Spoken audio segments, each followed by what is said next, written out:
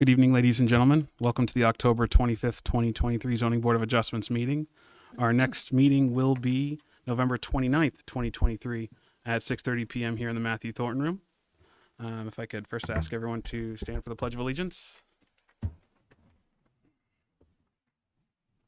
Pledge allegiance to the flag of the United States of America and to the republic for which it stands, one nation, under God, indivisible, with liberty and justice for all. And Lynn, if you could please read in the preamble. Good evening to those in attendance and watching at home. For the benefit of those who have not previously attended a zoning board hearing, the procedure is as follows.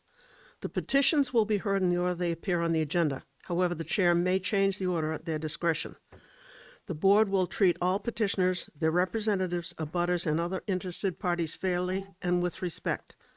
The petitioner will be asked to give an overview of their petition and read through their responses to the criteria applicable to their case, allowing for the board to ask questions after each item.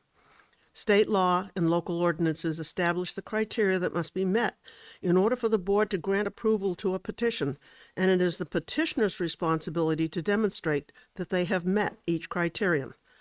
Following the presentation, the chair will open the floor for public comment, either in favor or opposed to the request. If necessary, an opportunity for rebuttal will be offered to the petitioner and the public. However, discussion will not be allowed to devolve into a back-and-forth arguments. All comments made shall be directed toward the chair. Should a question be asked, the chair will pose the question to the petitioner. Afterward, the chair will close the public hearing and the board will deliberate and vote on the petition. At this time, please silence all mobile devices. All right. Anyone who's looking to speak this evening, if you could please raise your right hand. You swear to tell the truth, the whole truth, and nothing but the truth? All right. Thank you. All right, so we are down 2 full members. So Chuck, can I have you sit in for Patrick tonight? Be more than happy to. Thank you. And Wolfram, can I have you sit in for Brian? Yes, sir. All right, thank you. So we now have a full board of 5. And for the first petition, it would be Colt Refining Incorporated petitioner and King Herrick LLC and Evan Realty LLC owners. Special exception under 2.02.7 A4 to permit site improvements associated with a proposed site plan for a light industrial building to be constructed within the 25-foot wetland buffer.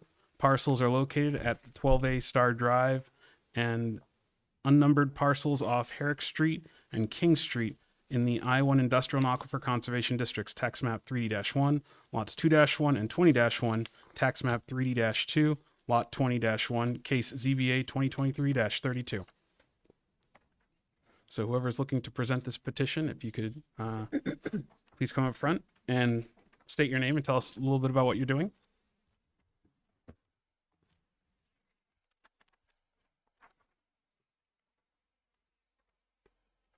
Good evening, Mr. Chair, members of the Merrimack County Board. Is the light lit up bright green? Okay, now Oh, it perfect. is. Thank you. I'm Jason Hill with TF Moran here on behalf of the applicant and the owner.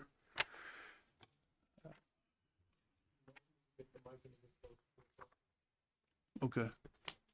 I'm just gonna put up a couple slides, if you don't mind.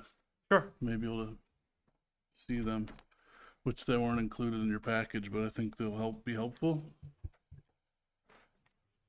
So I'm here with Colt Refining tonight, or on behalf of, for the zoning board special exception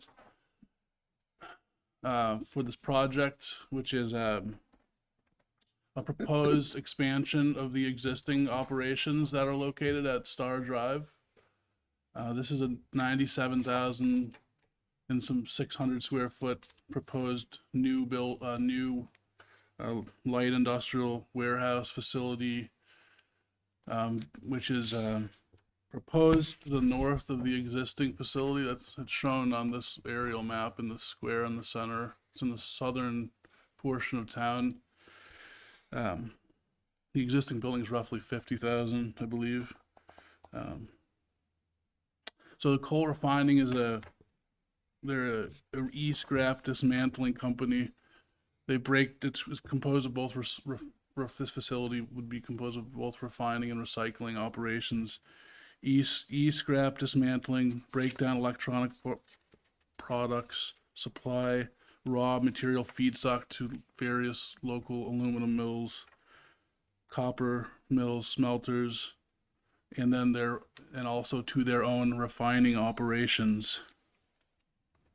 The services provided are manual disassembly, automated mechanical shredding, universal waste handling, sorting, packing, secure data destruction testing, refurbishment, asset recovery, precious metals.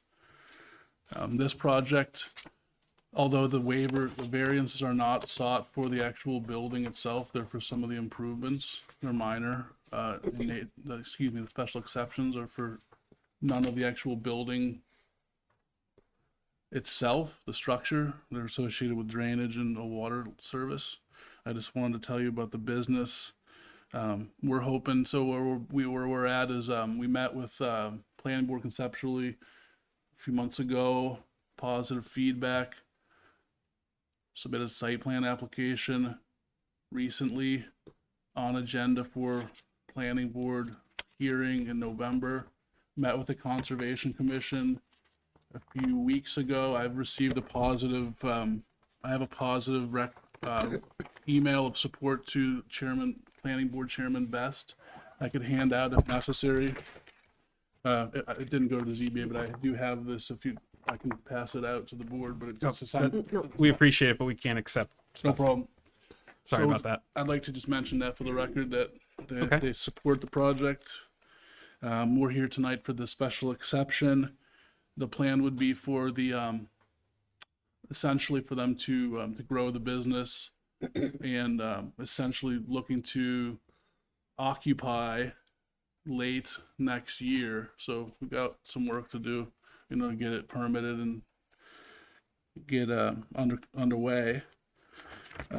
So we're here for it's a special exception to cover two things, one of which I'll get to right here in the photographs. So here's the overall plan. As I mentioned, here's the existing coal refining facility, the proposed development area to the north.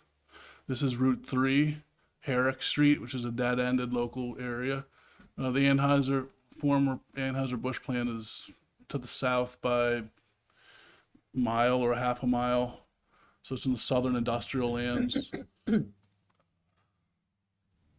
Here's a view from Star Drive looking at the main entrance to the existing facility. This is like in an industrial area. Most of the abutters are industrial. There's a few residential properties off of Herrick Street, King Street. So this is looking north at the existing entrance on Star Drive. There's a crane company, I believe, and there's another industrial user on the right-hand side.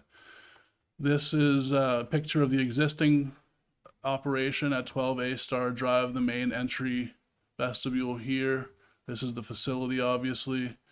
This facility has both, this recycling and refining operations occurring inside of it. The operations all occur inside of the building, and they accept truck deliveries and truck distribution out.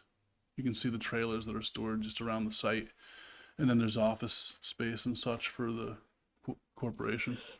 So this is looking north at the existing front door to the existing facility. This is looking south from the northern edge of the property. Those stand pine, those tall trees are right behind the existing facility that we just looked at. So we're basically looking at the building, the subject property, which will be occupied by the new building and parking facility. There's an existing shed on the property that's been abandoned, or a garage type shed. And so the area is cleared, it's overbrushed. This is just a view of the vegetative cover of the northern portion of the property. Just another view of that shed structure. There's those pine trees, which are like a benchmark, for the back of the existing occupied Colt refining facility. Just a final view. I don't know why I had so many of those in there. Here's a site plan. It shows the existing facility. Here's where the first photograph looking north here. And then there's the existing structure. here. The proposed expansion to the north, the facility itself in orange, there'll be a shared loading facility between the two for loading access to the truck docks. So this is a shared loading facility.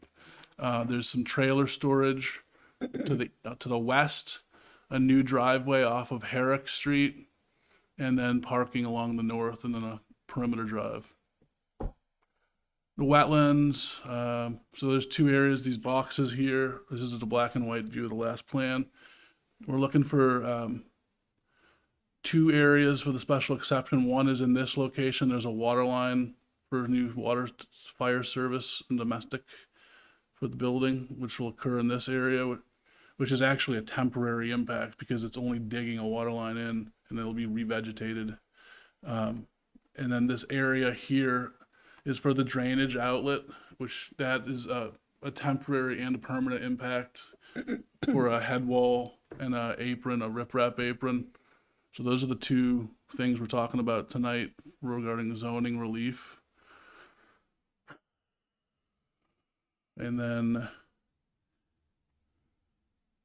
I skip pages. Okay. Here is the plan that just shows that water line, that water service. It's approximately 160 square feet of temporary construction to construct the pipeline. That red line is the 25-foot no disturb wetland buffer.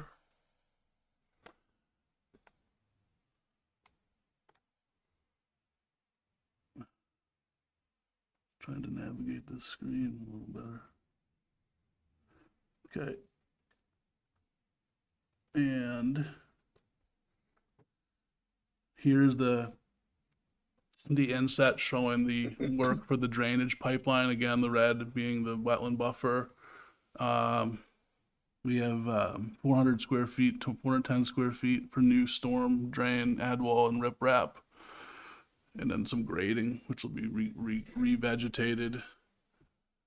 So those are the two special exception items. This is a letter that was submitted from written and submitted by me from the wetland scientist, also the same gentleman who did the delineation, which gets to it talks about the characteristics of the wetlands involved, and I'll get into that and expand on that in a minute. So this was submitted. Just a redundant plan. So here's the area of the water line expansion. This is the existing condition that's just been. So this area was originally TF Moran did the original site plan. This area in the subject wetland associated with this was a treatment swale, which was designed for drainage for the original project. There's a high water table, which over time has led to the development of the subject wetland and requisite buffer. So you can see the vegetation is just kind of a brushy area. So the work is going to be in this brushy area, and actually mostly over here to the below, and like this area will be where the water is being through basically some grass. Here's this is just a swale that goes into so that one wetland is just a I don't have the classification, but it's in the report for the type of wetland it is. So this here is the area of the outlet for the drainage. There's a perennial unnamed channel that runs like along Star Drive. It's actually a town easement rights over it for flowage drainage. So there's a small channel that flows into a culvert under the railroad, which the railroad runs along our east, the CSX. And then, so this area on the lower project, the lower photograph, the upper area, not down by the water, but up at the edge in the perimeter buffer areas where we'd be outletting the new storm drain. This is just a elevation view of the building. So that's the context of what we're doing, and there's some criteria that we needed to address. Yes, actually, I was going to ask if you could step through each of those 4 bullet points for the special exception criteria.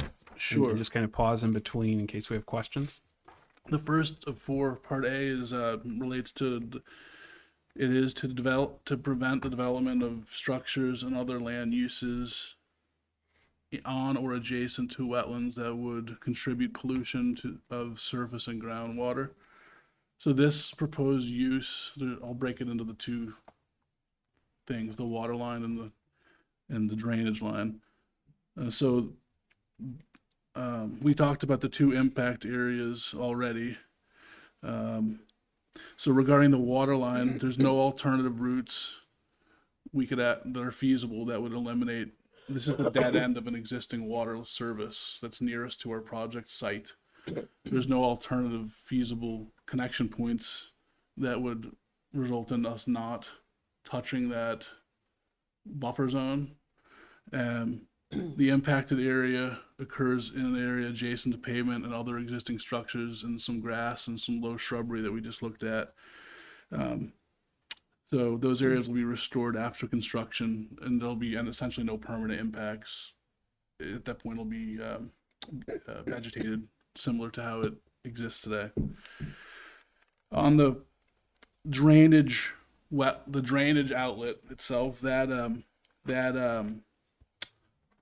impact is necessary because this site has a high water table, and so we can't. The viable outlet locations are like limited to existing outlets where the water flows, and the site's also subject to what is the consent decree of the St. Gobain site, which has a limitations on an increased water quality design standards because of the contamination, which basically drives the elevation of the outlet lower because I have to filter the water more before discharging it. And so that there's drainage is gravity driven, obviously. So the lowest portion of the site where the water flows today to match the drainage patterns is in that location. So this water will be treated and in accordance with town and state standards.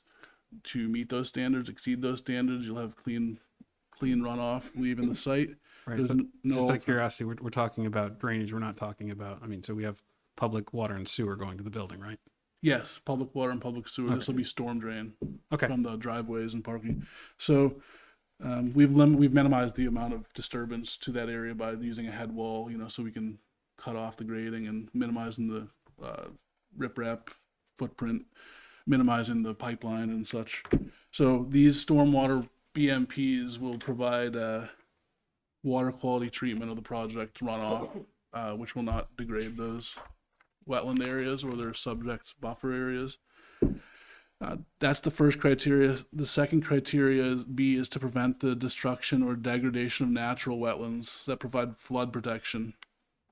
This will not conflict with that purpose in that the water line impacts do not involve any regrading or any filling of any flood storage wetland. That's not a flood storage wetland by classification. The drainage outlet wetland area on the east side, that's associated again with the perennial stream flowing under the railroad via the culvert.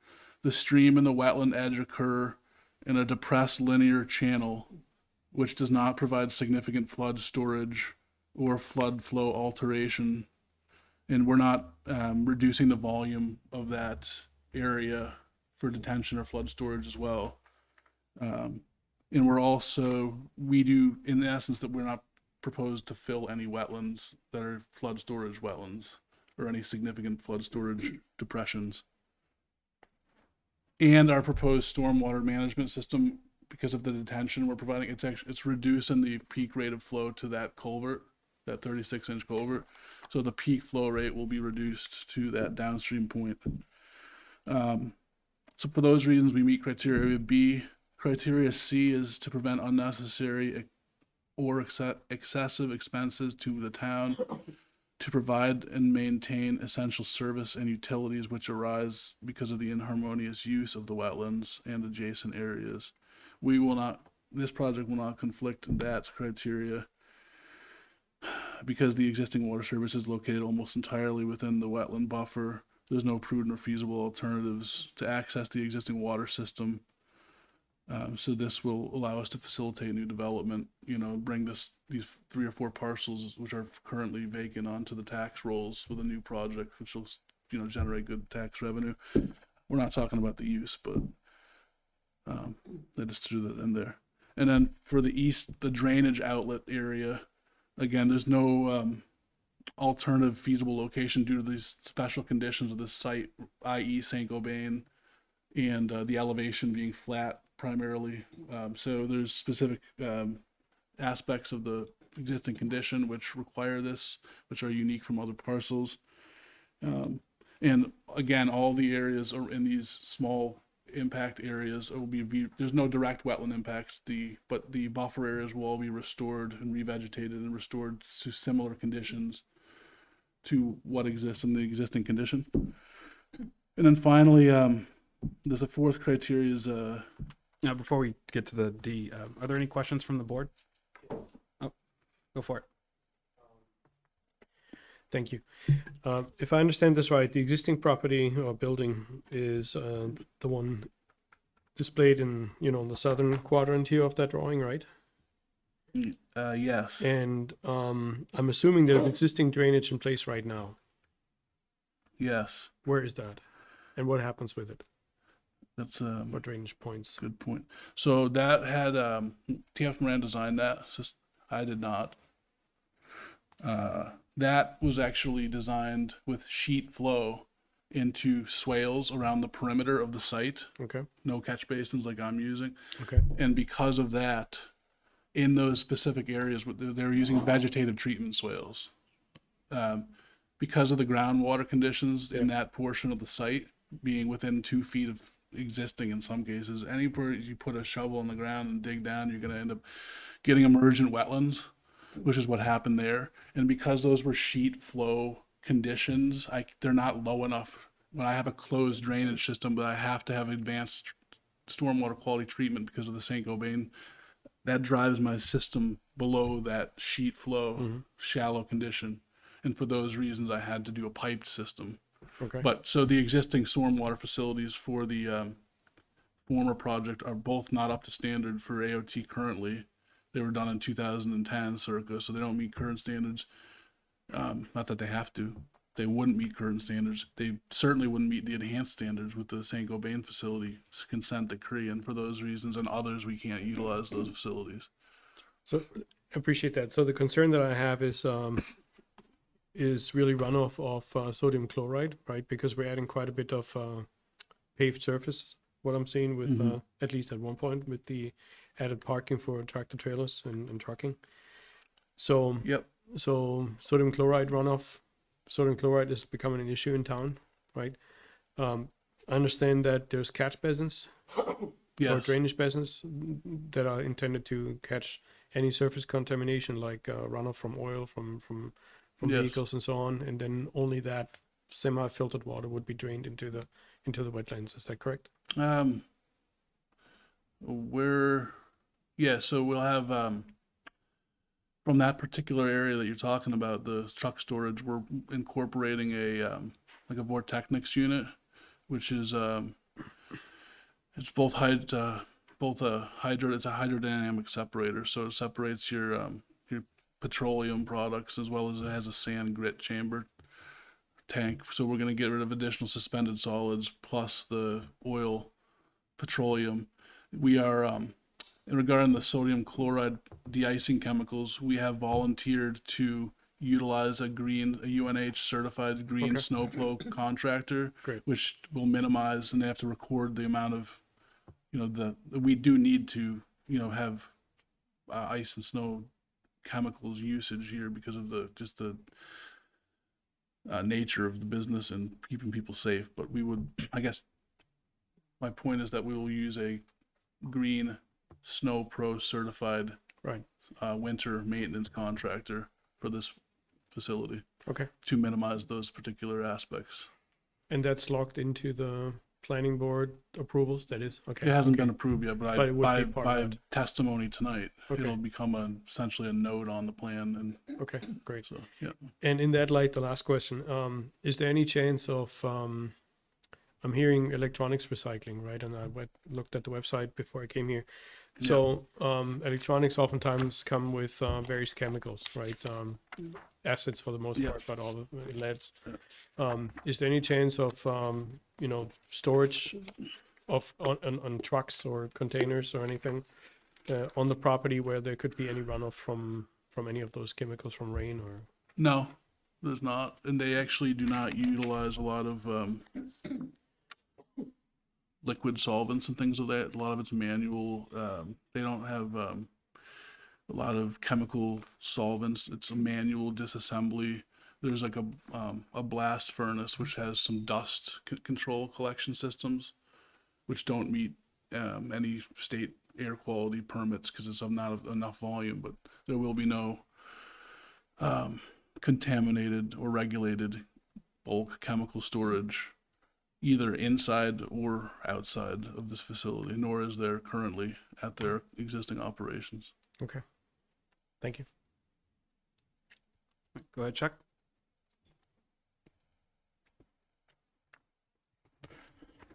First, Mr. Chairman, could you illuminate for me why this is a special exception as opposed to a variance?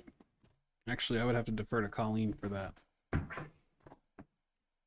I believe it is because we are in the Aquifer Conservation District, and it's not a use allowed, but it is if they meet certain criteria. Does that make sense?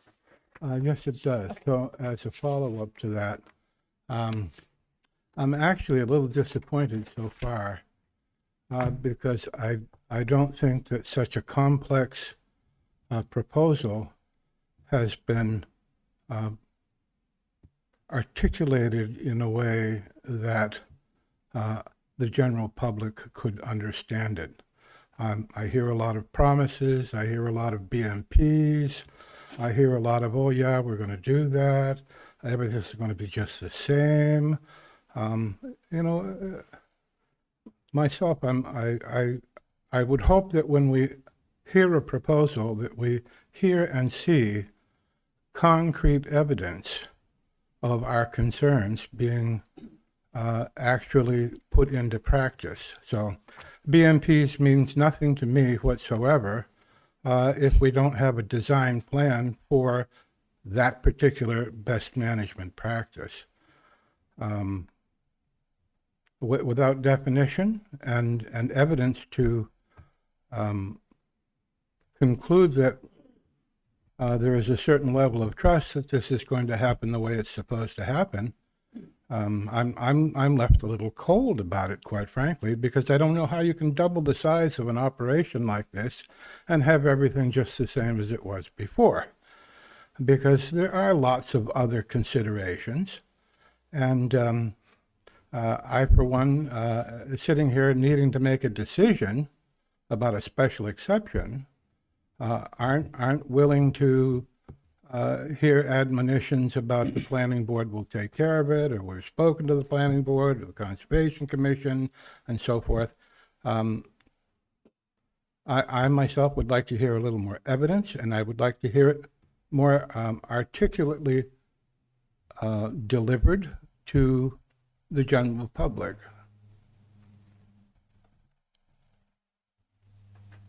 I'm a little bit confused by that, only because I thought this was pretty well explained and actually more detailed than I even really needed to hear. I guess the question is, do you not feel that the answers to the first three criteria were sufficiently matching the questions? I don't think that they've been conveyed in a manner in which I can apply any particular trust that they are meaningful in receiving a special exception from the board. As I said, it's a little bit difficult when a professional engineering firm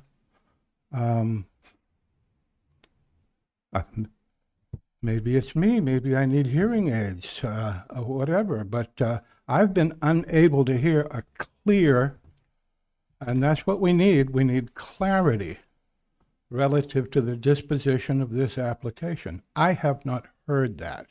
If the rest of you have, and you're satisfied with that, that's not something I have control over, but I haven't heard anything other than a lot, quite frankly, of mumbo jumbo about, yeah, everything's fine, it's going to be just like it was before, it's the best management practices and so forth.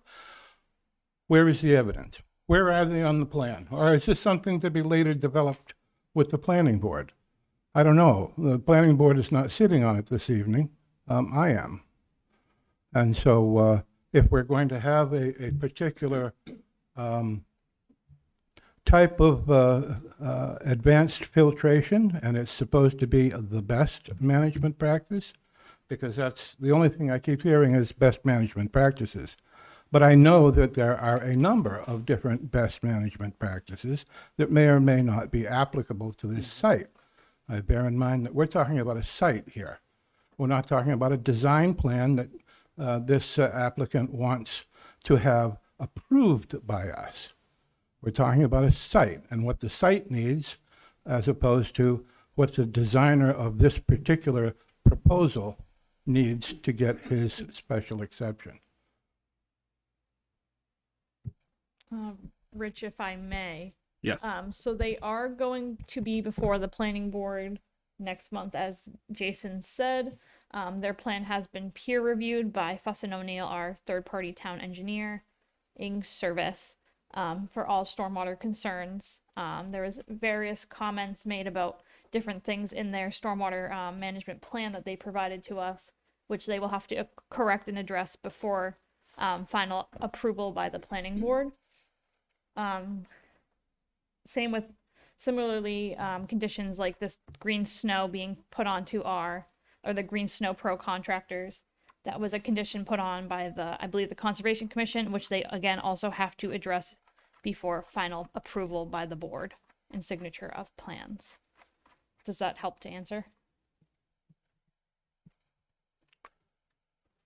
It does, thank you very much. It also reinforces the predicament that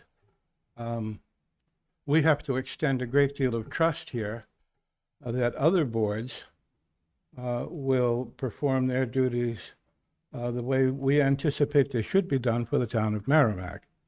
I think we do that with every petition, though. I mean, we have to assume people are going to build what they say they're going to build. Well, trust is a very important thing. And a little bit of trust means you can do a little bit of business. A lot of trust means you can do a lot of business. Okay. Again, I don't know what the applicants expect of me as an individual in the town of Merrimack performing my civic duty. Well, I suppose I have the least capability of sitting here this evening. Nevertheless, I'm being asked to say something, to adjudicate something. And I personally think that they could have done a much better job, and perhaps they will remediate themselves in further conversation.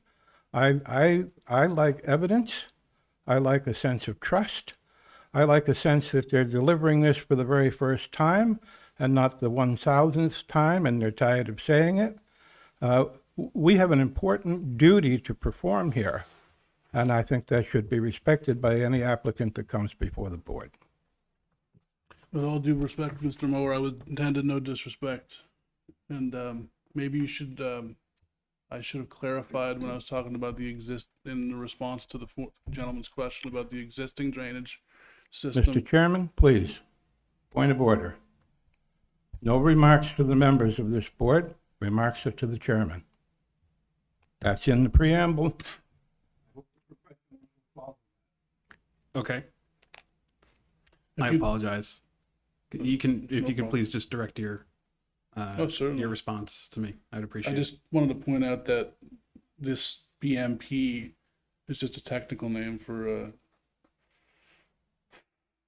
a stormwater treatment system. These are new systems that we're putting in that are expensive and state of the art, and it's a fact that they've been designed according to state standards. It's not a opinion. It's a statement of fact, and they are being peer reviewed, and will be. The planning board process is typically how that's handled. The zoning aspects, if this doesn't go zoning wise, this is a critical component of the project, you know, which would dictate if this did not get approved, it would have ripples into the site plan aspect. So that's why this comes on the front end. But we have designed. I'm displaying a portion of our drainage report, which is a few hundred pages in detail, that shows how we've designed these systems, which specifically are two different types. Infiltration systems, and where the water goes into the ground, where we've tested the soils and that can be done. And the other systems are called filtration systems, where we can't infiltrate the stormwater because of groundwater conditions and other things, which is filtered through an engineered soil designed by and accepted by the state, designed by UNH Stormwater Group. Have used them on hundreds of sites. I've been over 15 or more years. We have, because of the Saint-Gobain, the consent decree, we have to, in this area of town, you have to filter it basically essentially means you need a deeper filter to have higher treatment of the pollutant removal, which is done by absorption through the saturated soil molecules. They strip out certain contaminants. So that's done on this specific case. So in specific on this project, we have 5 systems, I believe, 5 or 6, 3 of which are infiltration and the other of which are filtration systems. But again, these filtration systems that you speak of, they're not filtering any product from within the 4 walls of the building. No, They're correct. filtering exterior water. So, Yeah. correct me if I'm wrong, the water quality around the building will be in better shape than it would be without that building. It'll be it'll be equivalent to, it's essentially clean runoff. So it's not like a forested area, and the water that falls on a naturally forested area has no contaminants whatsoever. It's clean, falls in the forest. When it falls in a parking lot, you have the pollutant loads, which is filtered through our treatment system, and the state has levels of treatment which remove the sand, oils, other chemicals, nitrogen, nitrates, phosphorus. That all has to be stripped out of the runoff to state levels or higher. And Okay. that's clean runoff. So essentially. this is like stripping stuff that could have been in the water from it hitting the roof, for example. Roof drainage, sand from sanding, Okay. the All right. de-icing chemicals, nitrates, phosphorus. We don't have a lot of for this use, but there's a bevy of them. Yes. Okay. Yeah. All right. And then for the variance itself, for the special exception, this is not because we're in the Aquifer Protection District. It's because there's the wetlands and surface water overlay district. I don't have the section, but it's referred to, I believe, in the notice.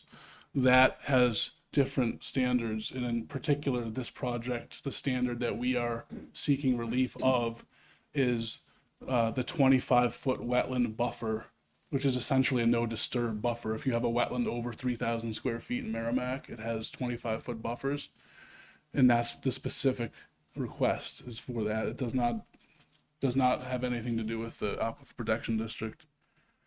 And just that's and then just like I said, this is a report which has been submitted to the town planning board and its agents, several hundred pages showing the trusted engineering workflow and design process of the proposed conditions and the modeling of the stormwater runoff, which we do in the both pre-development and post-development. So this here is plenty of pages. Yeah, Yeah. I definitely appreciate you bringing this to us. It certainly shows that you're prepared. That probably is more for the planning board than for us, right?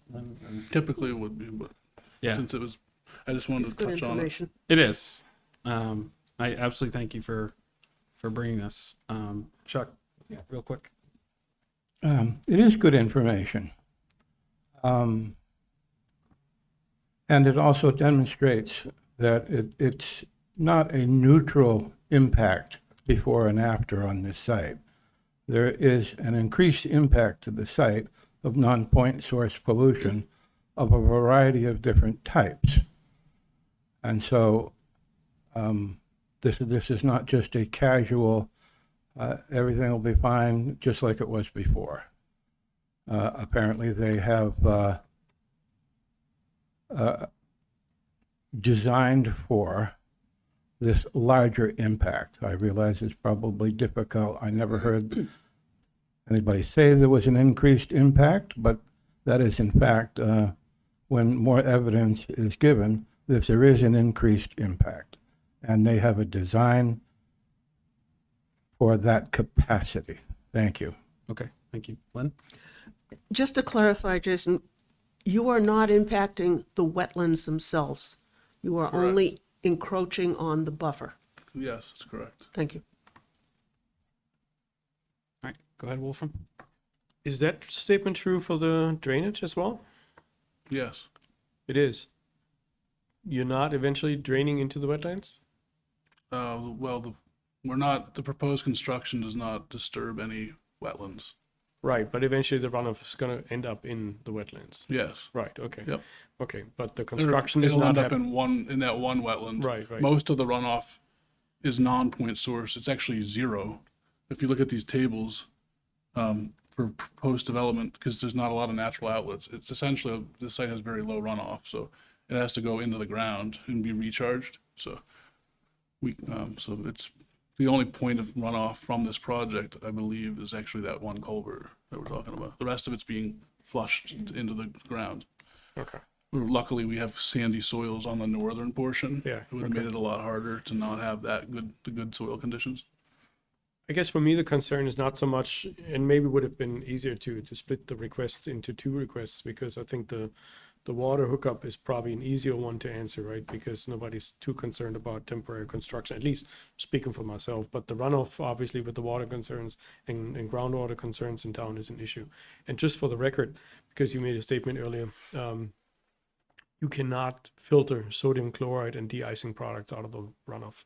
That's chemically not feasible. Without a lot of money. You would Yeah. have to have an RO system or something like that in place. You cannot, whatever filtration material you have in those catch basins is not going to do anything against that. That sodium chloride and ice melt is going to go out into the wetlands. And that's why we've volunteered to use the certified salt applicator that's good. program to take care of that. Can we put our approval conditional on that, making it into, we cannot. You can attach conditions, but I think the issue is that what you're going into sounds more of a planning board type of issue. Right. So I So we have to believe trust the other board, well, which It I'm would not be a opposed to. violation, sorry to interrupt, if I committed that to you today in testimony and that they was not adhered to, the special exception is null and void. You could pull their CO. Or occupy. Okay, I'm good. That's a typical requirement that the planning board puts on all of these things relative. I'm good. Thank you. thank you. If you please continue to D. Oh, yeah, sorry. So finally, it's the fourth criteria, D, was to discuss the encourage of uses that can be appropriately and safely located in and around wetlands, which this case will not conflict with that purpose, because it's similar to a lot of the arguments I've made. The project we've minimized the impact to the wetland buffers. I've put in retaining walls in certain areas I haven't even mentioned to avoid wetland impacts to the buffer. So in other site improvements that we've done, which have not mentioned, I've eliminated wetland buffer impacts. But specific to these impacts, we've minimized the footprint of the impact. We're restoring the areas to their original or near original condition. With regards to the drainage we'll plant some wetland shrubbery at the drainage outlet and at the water service location for the water connection. We've eliminated all unavoidable impacts, minimized work within and adjacent to wetlands, minimized the pavement widths to just the minimal footprint of impervious coverage, and all the buildings and upland areas and the parking areas are in uplands. And we're not impacting any actual wetlands on the project itself. So I think that those are appropriately used, or that the use of these minor sites is appropriate for this particular project and the particular conditions. All right, thank you. And we think it'll be a good project for the town. Colt, from everyone I've talked to in town, is a very good and reputable company. They run a clean operation, and they're a good tenant of the town of Merrimack. And I think, you know, that goes a long way. And so I'll just leave it off at that at this point. But I'm happy to answer any questions you may have further. All right, thank you. I think I understand all four criteria, so I have no further questions. Any other questions from the board? All right. So what I'll go ahead and do is open this to the public. Is there anyone in the public who's looking to speak in favor of this petition? Anyone in the public who's looking to speak against this petition? All right, please come down. Oh, that works as well. It should already be on, sir. Hi, I'm Richard Calica. I have a property off Star Drive, and I also have contracts with a property that abuts the current project on the other side of the railroad tracks. My concern, I have three concerns. One is the culvert that runs under the railroad tracks, I believe is on the south side of the property. And I do not believe that that culvert runs over property 3D-1-4 or under 3D1-4 to the river. And I don't believe that culvert was designed to handle the extra load that you're looking to put on it. Also, that was approved with the condition that it would be inspected and maintained. And I do not believe it's been inspected since it was installed. Secondly, on the north side of the existing building, there is a railroad crossing easement that is not shown on the plan. And there is also an easement out to Heron Drive that I believe would run through the storage area that is not shown on the plan. And those are my concerns. Colt, from my experience of how they exist now, is a very good enterprise to have in town. But what they're looking to do here, I think, may have some ill effect on their neighbors. Okay, and is your property commercial or residential? Commercial, industrial. Okay, It's vacant industrial currently. okay. Yeah, no, I was just curious. Thank you. Are there any other comments or abutters that would like to speak against this petition? All right, if you'd like to go ahead and use the microphone, just state your name and what property you have. Yeah, my name is Arvid Dahlblum. I live at 10 King Street. I just had a question if they were gonna leave the trees up. I'm the last house on the dead end. I have a 1-year-old daughter.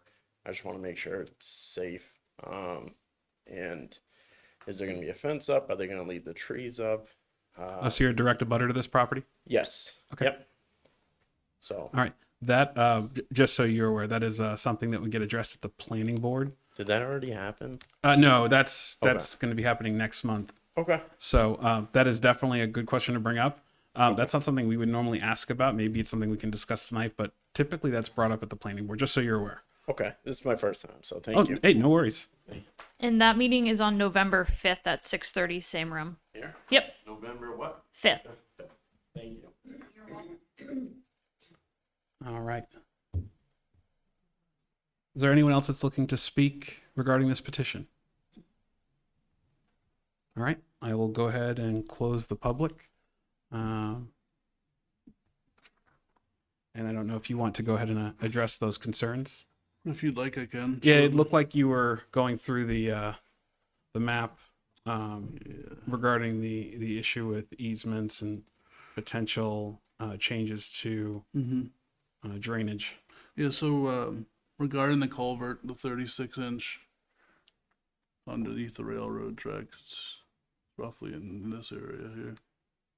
So the proposed design for the new project will decrease the rate of runoff to that point for all storms, including the 2-year peak, 10, 25, 50, 100. There's a reduction in the peak rate of runoff to that system from our project. So for those reasons, we're not going to add any capacity to that condition from our project area. Will not increase or trigger an issue with capacity since we're reducing the peak rate of runoff. Regarding the inspection of the culvert, it's I think the actual ownership of the culvert is on. I do not know who owns the culvert. It's under the railroad, so I think it would be the railroad owns the culvert, and it would be their responsibility, or whoever the owner of the culvert is, to perform the inspections. But again, like our project itself is reducing the rate of runoff to that system from the pre-development condition from our site. The easements that are mentioned, TF Moran prepared a survey which has been submitted to the. I did not submit that to the zoning board. It's part of our. I have it on file here if we need to see it. It shows all the. We've done our due diligence. It's been stamped by a licensed professional surveyor, and that's been submitted. So if there's any counter evidence, we're unaware of it. We've done our research, and for those reasons, that easement does not exist according to our existing conditions plan. It would be up to that abutter to bring evidence of any type of plan. But so those aspects are just my responses to those. And again, the comment about the vegetation can be discussed at the board level because that's not germane to this discussion tonight. Okay, With all due respect. thank you. You sort of look like you want to respond. And again, all comments are towards the board. Yes, the responsibility for the culvert running underneath the railroad belonged by deed to the Agway property. And they have the responsibility to maintain and inspect the property. I'm not sure I can't see that far and don't know which lot numbers are which, but There's another screen behind you, just so you know. oh, I don't know if that helps.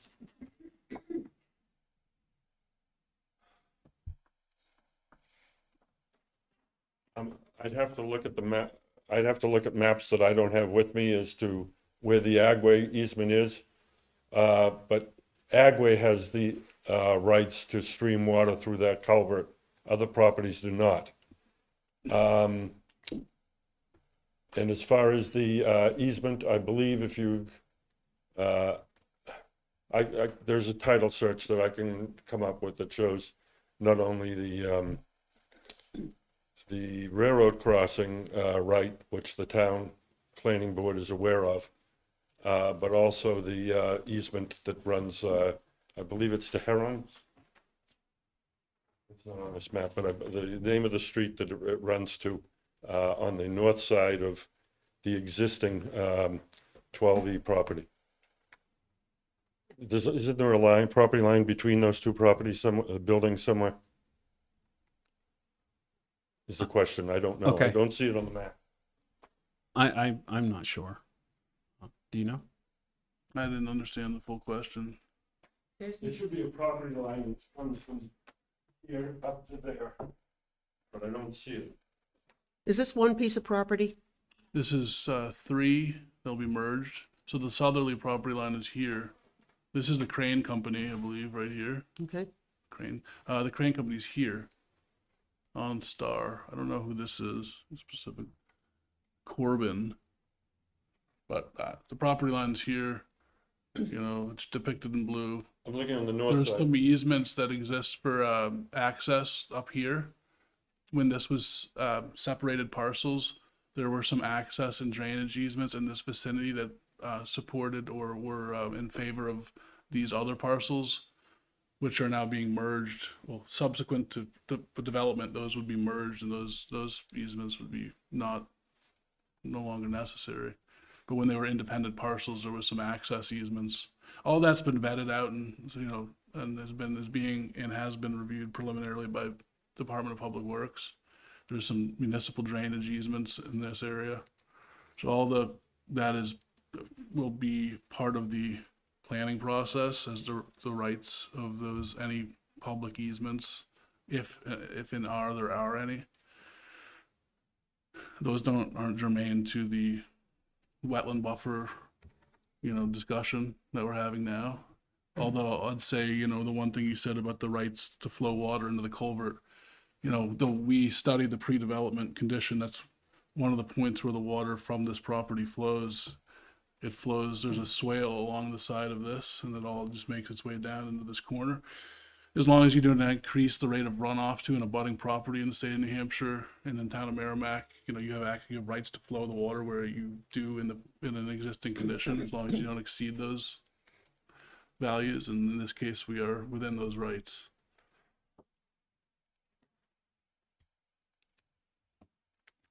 So I think to answer your question, that there won't be a separating property line from the consolidation of these properties. Okay, and I will provide the planning board with evidence, but I believe their title search, there is a private crossing there, and there are easement rights to the road from it. And those aren't shown on the thing, and I'm not sure how that would affect what is now their storage lot that they show on the property. And I don't know if any of their current stormwater flows into the culvert now. Mm-hmm. I don't know that. I'm just know that when it was designed and how it's been treated since it was installed. But it's a good point, because I don't think we had any discussion about existing easements that are going across the property. So that's we don't need that information. Okay, so apparently that's a planning board issue. So absolutely, probably should attend the planning board hearing for that as well. Thank you. Thank you. Not really. Any further questions or comments regarding this petition? All right, I'll go ahead and close the public. Any conversation that we want to have, or go ahead, Chuck. In concept, I'd be more than happy to support the project, but I think the application is incomplete. Are there particular of the 4 bullets? Are there particular pieces that we're missing information on to be able to make this motion? Well, there are a number, actually. Okay. We don't know. Just off the top of my head, when it rains and you have a big roof and you have a big parking lot, you've got an increase in stormwater runoff. And yet we've been told there isn't going to be any change in the stormwater runoff.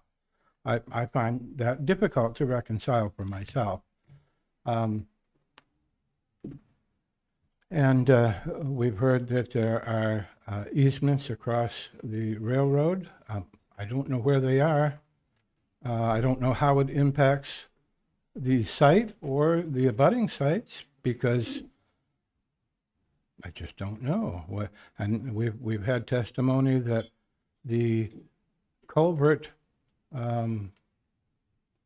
belongs to a specific person, organization, corporation, something, and can't receive stormwater runoff from anybody else without some memorandum of understanding or a contractual agreement or something. And I just think there's a lot of loose ends here that need to be cleaned up before we should adjudicate it. So we've already closed this, but I will reopen it if you have something you'd like to add. Well, I guess I was really. No, I don't think I have anything to add. Okay. Thank you, anyways. All right. Thank you. Sure. So maybe there's a misunderstanding. I heard you say, and maybe you can clarify, I heard you say earlier that the reason why there's less runoff into the wetlands going forward after this project is because you're adding drainage basins that aren't there today. Is that a correct statement? Yes. And that's how the runoffs are going to be supposedly less than they currently are, even though eventually the property or the paved surface and roof surface and so on are going to be increasing. Is that Yeah, the it's- reason why, or It's detention. It's you're detaining the water, right? and you store it you have a volume of box, and because you do have obviously an increase in runoff when you pave, anything, or cut down a tree and make it grass. I mean, so that detention is what you use to mitigate the pavement, so that you're controlling its release to emulate the existing amount of runoff. So to that culvert, we've studied Right. and submitted how much water from our site today goes to that point. We know that. And so we now apply the proposed conditions to that same point. And then we know there's a differential. And that differential volume, if you drew like a curve, that area under the curve is your detention volume. And that's Sure. just how you buffering. you size the system. And we go beyond that where we won't meet it, we'll reduce it further typically. Yep. And in this case, we are. I looked at the number. So you're taking that peak right off, and it's so that's hitting the peak rate of runoff in your storms. That's hitting that point is less, Right. because of our engineered systems. That's all. Understood. Yeah. Thank you. Thank you. Yeah. So in terms of what we're doing tonight, it sounds like a lot of the questions are going to be more in depth discussed by the planning board, as I would expect.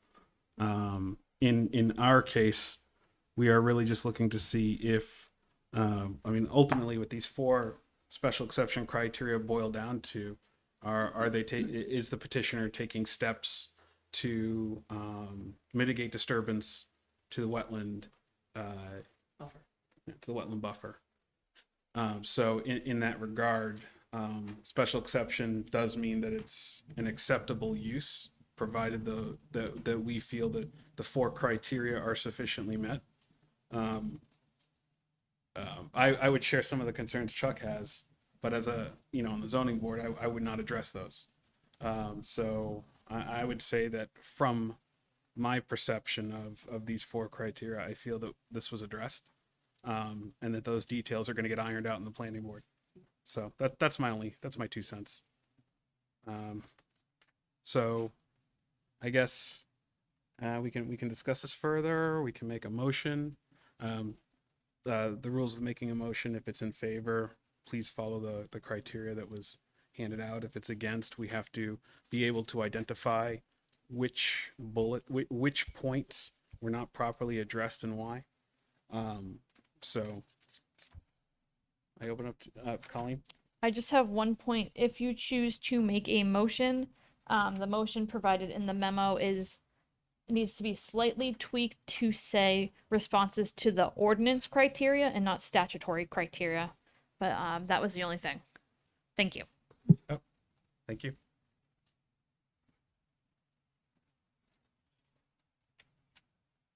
Anyone like to make a motion? I'll move. I'll make a motion to the board that the board finds the petitioner's responses to the ordinance criteria are sufficient, proved each criterion is met, and the board adopts the petitioner's responses as the board's findings of fact. And further, to grant a special exception under section 2.02.7, paragraph A and 4 of the zoning ordinance to permit site improvements associated with a proposed site plan for a light industrial building to be constructed within the 25-foot wetland buffer, subject to the following condition. The applicant shall obtain site plan approval from the planning board for the proposal. All right. I'll second. All right. Motion made by Wolfram, seconded by Lynn. All in favor? Aye. All oppose, abstain, 5-0-0. So motion carries. Just so you are aware, there is a 30-day window where somebody could appeal this decision. So if you do anything in the next 30 days, you do so at your own risk. All right. Thank you, and good luck. Thank you.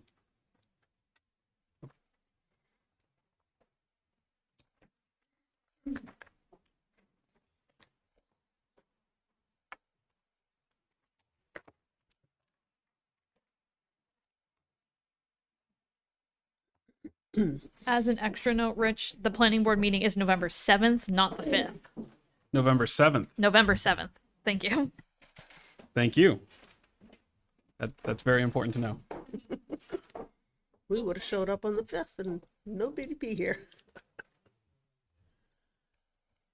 All right. All right, so the next petition is a rehearing of John Flatley Company petitioner and John J. Flatley owner, which is a rehearing of case ZBA 2023-27, variance under 17 or section 17.10.3b of the zoning ordinance to permit placement of a ground sign 1 foot from the property line, whereas the setback is of 20 feet is required. Parcels located at 685 Daniel Webster Highway in the I-1 Industrial and Aquifer Conservation Districts and Wellhead Protection Area, tax map 6E, lot 3-4. And before we get started, I just wanted to let you guys know that because this is a rehearing, we do not need to go through all the criteria. So this can be a more of a shorter hearing. However, I would ask that some of the points are summarized from the last meeting, because we do have a newer member who was not in that meeting, and it's always good to have a refresher. The information that I had questions about specifically was the distance from the edge of the sign that is closest to the road and the actual road. And I remember that number being something like 20 feet, but I don't recall specifically. Not to the easement, but to the edge of the To road. the edge of the road, not the easement. So, because I know that's not what the variance is for, but just so I could have a good visual understanding. Thank you, Mr. Chairman. For the record, my name is Chad Brannon. I'm a civil engineer with Fieldstone Land Consultants. With me tonight is Kevin Walker from the John Flatley Company. And we're obviously here at the request for a rehearing to try to answer any questions and certainly elaborate on anything that the board may have and is looking for additional information on. So at your request, Mr. Chairman, I'll just kind of give a brief overview of the project and what we're proposing. What we have, and I do have the plan that we presented at the zoning board meeting here this evening as well. But we have a variance request under section 17.10.3b of the ordinance to permit a sign to be installed less than 20 feet from the right of way. The site address for this project is 685 Daniel Webster Highway, tax map parcel 6E3, lot 4. This is a 45.44 acre parcel. The property has about 1,600 linear feet of frontage along Daniel Webster Highway. And we're proposing a sign. The existing lot has been approved for a light industrial flex space development, which is currently under construction. And this type of a use will be rented to a number of tenants. The layout for this project has gone through considerable review. The Department of Transportation has had a lot of feedback in, where is the entrance, where should the entrances be located? This particular entrance and the associated sign is situated right across the road from the main entrance to Webster Green, which is a condominium development.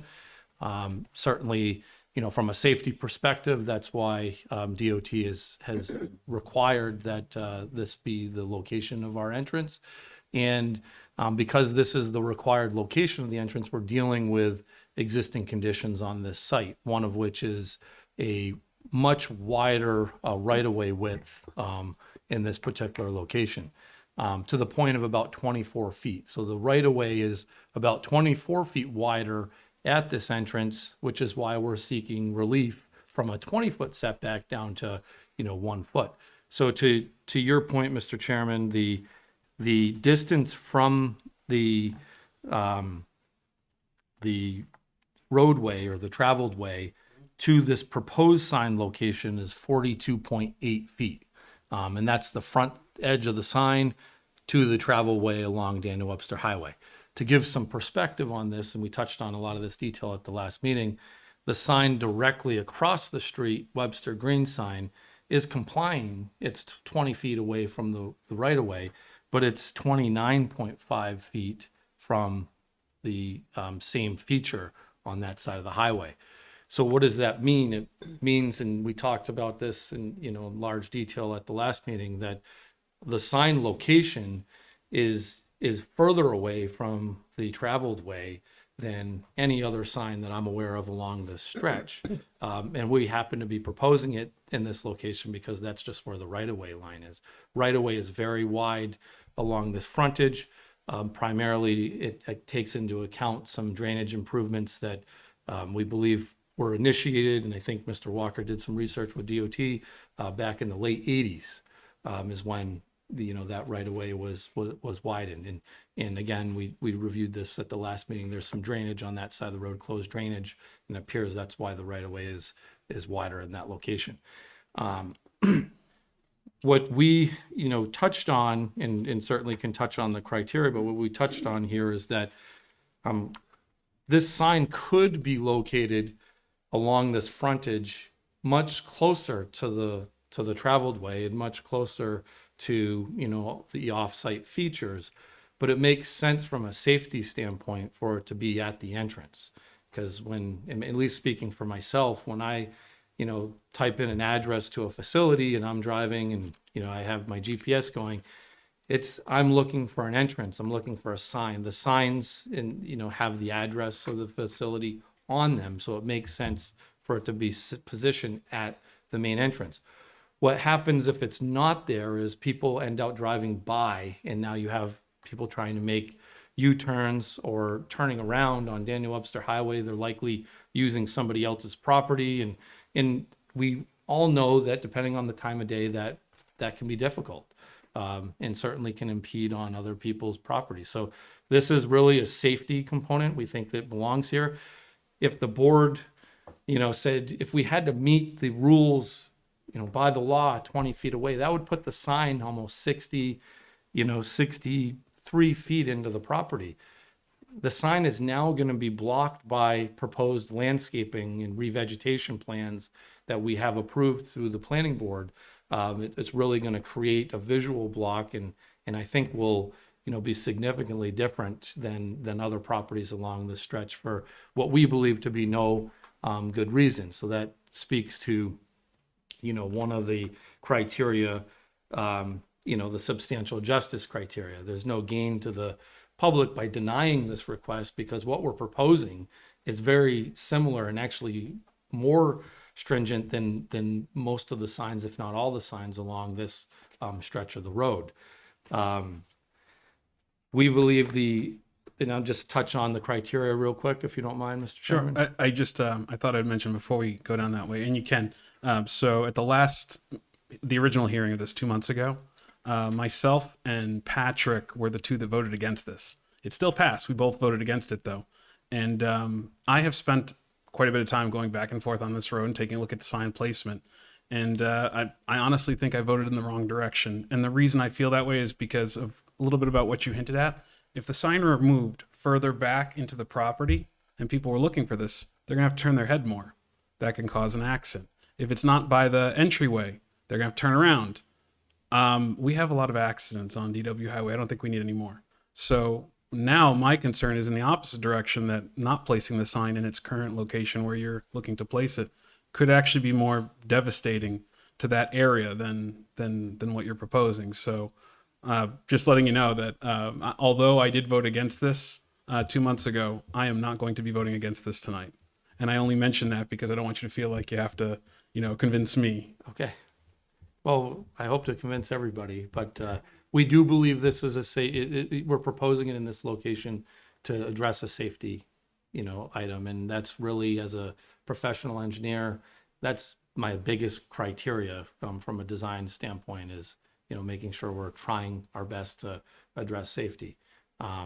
Certainly I think the spirit and just transitioning spirit and intent of the ordinance, we believe that the spirit and intent of the ordinance positioning a sign 20 feet away is a safety item typically, because you want to make sure you're not impeding sight lines and, other turning movements along a highway. And we're not doing that in this particular location because we're more than, 20 feet from the traveled surface. So I think the irregularity of the right of way is really a special condition of this property that distinguishes it from other properties, which is one of the hardship, criteria.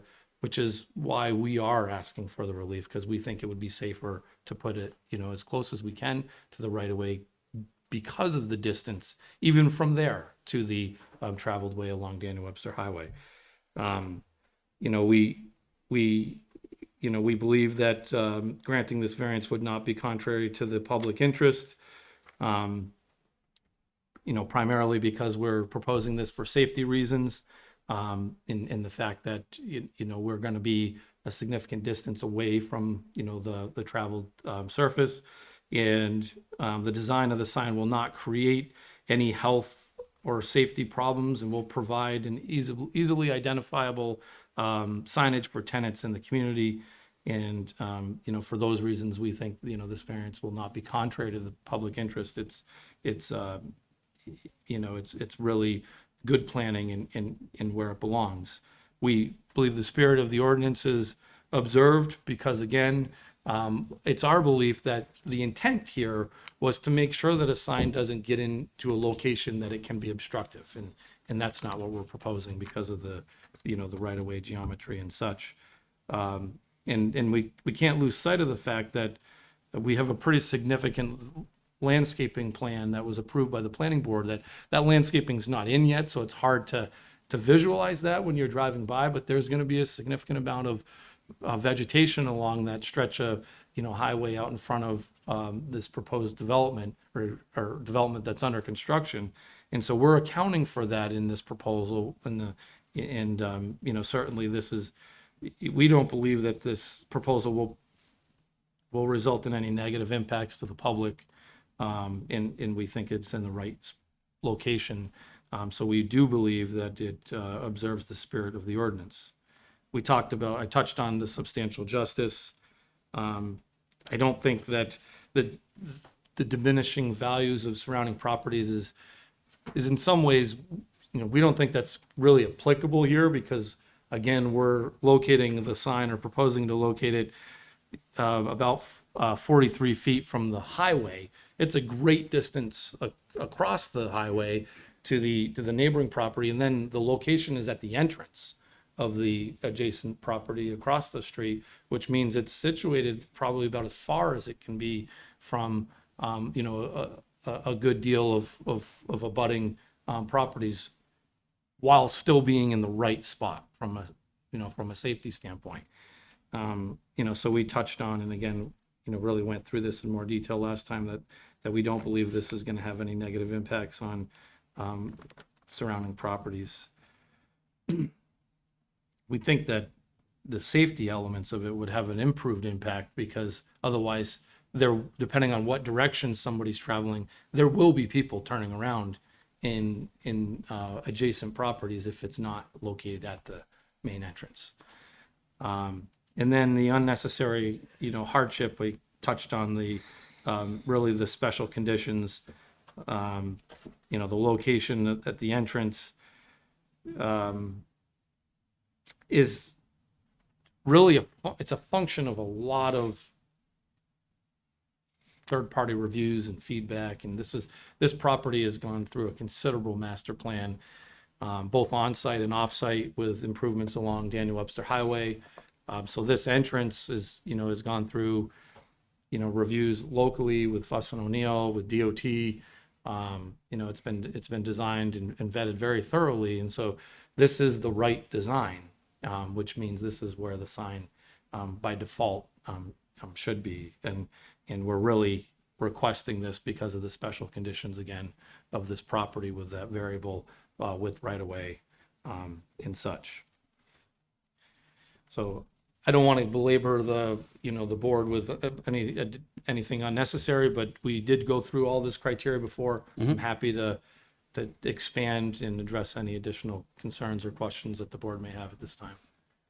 So are there any questions from any members of the board? Lynn?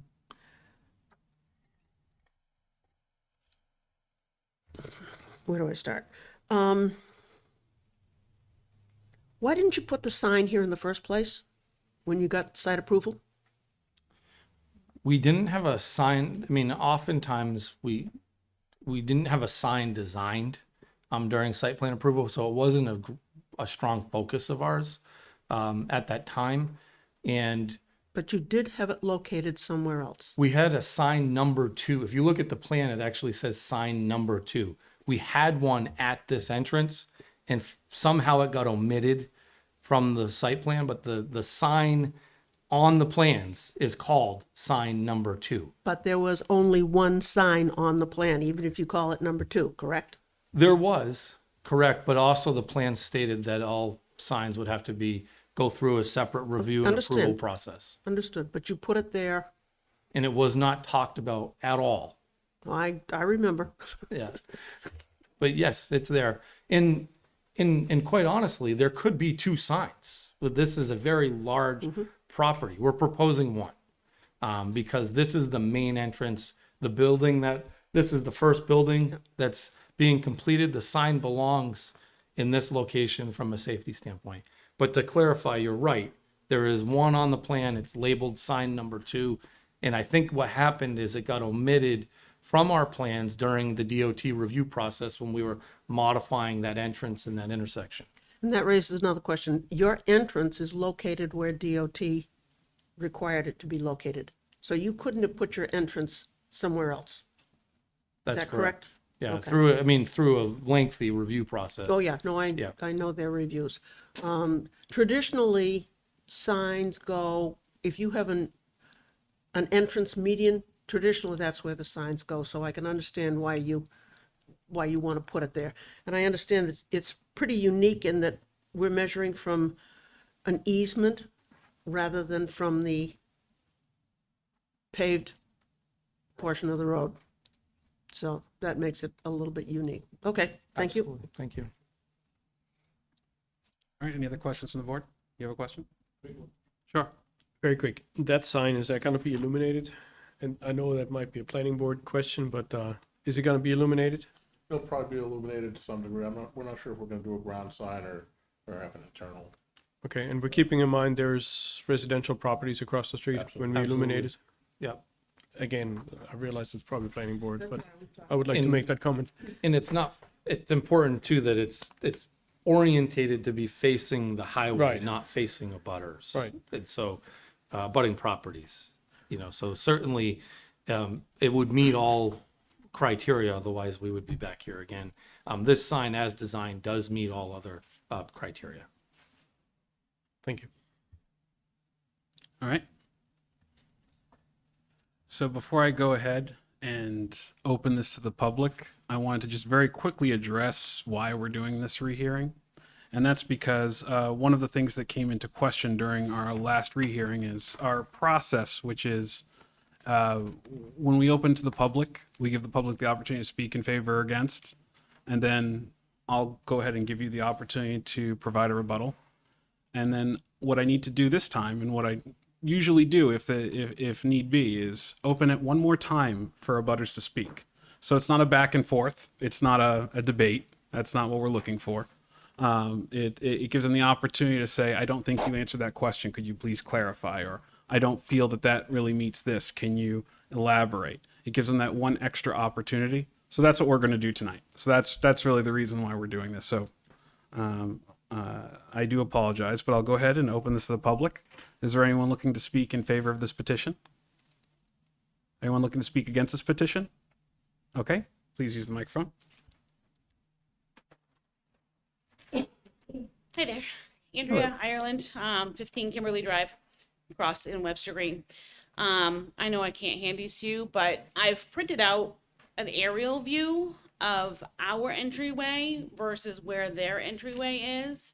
And while I recognize this is about the sign, I drive that road obviously every day because I go in and out of my own complex. Their entryway and our entryway are offset by just enough that if you have 2 people trying to take left-hand turns into each complex, they have to cross over each other.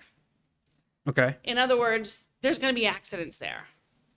So if I'm trying to take a left into my complex and using my left-hand turning lane that is in the center that we have, in order for someone to take a left into this complex, they have to come down that left-hand turning lane and will hit me. Okay. I totally understand your So- concern. I mean, I don't know if there's gonna be a light there or something. I don't think there is, because there's one right at St. Gobain, so I don't think anything's gonna ever be put there. But that was my biggest concern, because driving home from work one day, I almost got hit by a dump truck.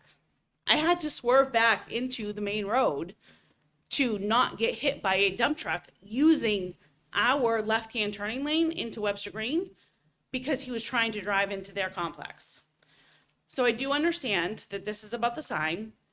Our sign is uplit. It's short. They're talking about a massive sign, possibly backlit, which is going to be a lot different than anything around our area. Everything in our whole road. It is, but I mean, I could start naming plazas up and down DW Highway that have similar signs. You could. I'm not. And I totally understand your point. Unfortunately, that's not what we're discussing tonight. It is. You're talking about the sign. We're talking about the location of the sign, not the sign itself. Right. The So- location is the only topic of conversation. Okay, so then that's why I'm saying I don't think it should be closer, because that uplit, if it's backlit, you're gonna, whether it's sideways or not, it's still gonna emanate a lot of light, and that's gonna affect the people who are living right in that section, right by the entryway. So those are my questions, is like, have Okay. they really paid attention to the fact that our entranceways are offset? There's gonna be accidents there. I can guarantee you that. And just that backlit sign, I mean, if it's a backlit sign, it should be further back, so it's not bothering the people who are in the townhouses right there. Just out of curiosity, have you seen the location of where the sign is going to be? Oh yeah, I've driven into it, yeah. So if you push that sign back, Mm-hmm. it's either in the driveway or it's tucked behind the building, which I'll tell Oh, you it's right not now. behind the building. Okay, so if you actually look at it, Yeah, you'll see that you're either, to move it back, Mm-hmm. you're planting it right dead in the middle of where people are going to be driving, causing an obstruction in their driveway, or you're pushing it next to the building where no one's going to see it. So really, there's no opportunity there for them to move that sign back. If you look at the plan, is what I'm saying. can I come up? Sure. Because I'd love to see Please, that. because I want to make sure. Can you grab the microphone so? My voice carries to be able to hear me. Yeah, it's for the I recording. know, I know. So So this is, if you look at can you show me where this is? What I'm looking at? Because this is the building, right? Currently? the The sign is up here. Okay, so this is not a great representation, because this building is technically way back here. If you're actually looking at it, this entranceway is not that close. It's not like this is the edge of the building and the sign's right where you are. If you actually are there and you look at it, the building yes, is and I tucked was. back. I was, and this is what I saw. That's why I'm confused. Okay, I'd love to meet you at the Webster Green area and find out exactly what you're looking at, because I don't see it. Okay. But if you look at where the sign's located, if you position Yeah, that right sign here. further, if you position that sign further back, it's either in the driveway or it's next to the building. It's not going to be visible. And when you think of people coming in to try to see the sign to get into the business, they're not looking at the road anymore. They're trying to find the sign. You're going to cause accidents right in front of Webster Green doing that. There are going to be accidents there anyway, so who cares? You'll cause more. I mean, I'm just honestly, saying. at this point, it's just not been a very. I mean, I understand that DOT is the one that approved this, Yeah. but they didn't really pay attention to the fact that they're offset. Oh, I don't disagree understand with the you at all. sign is going to be there. Yeah, I don't disagree with you at all there. I mean, there's probably other things that could have happened there with the driveway. Mm-hmm. And unfortunately, that's totally out of our control. But Okay.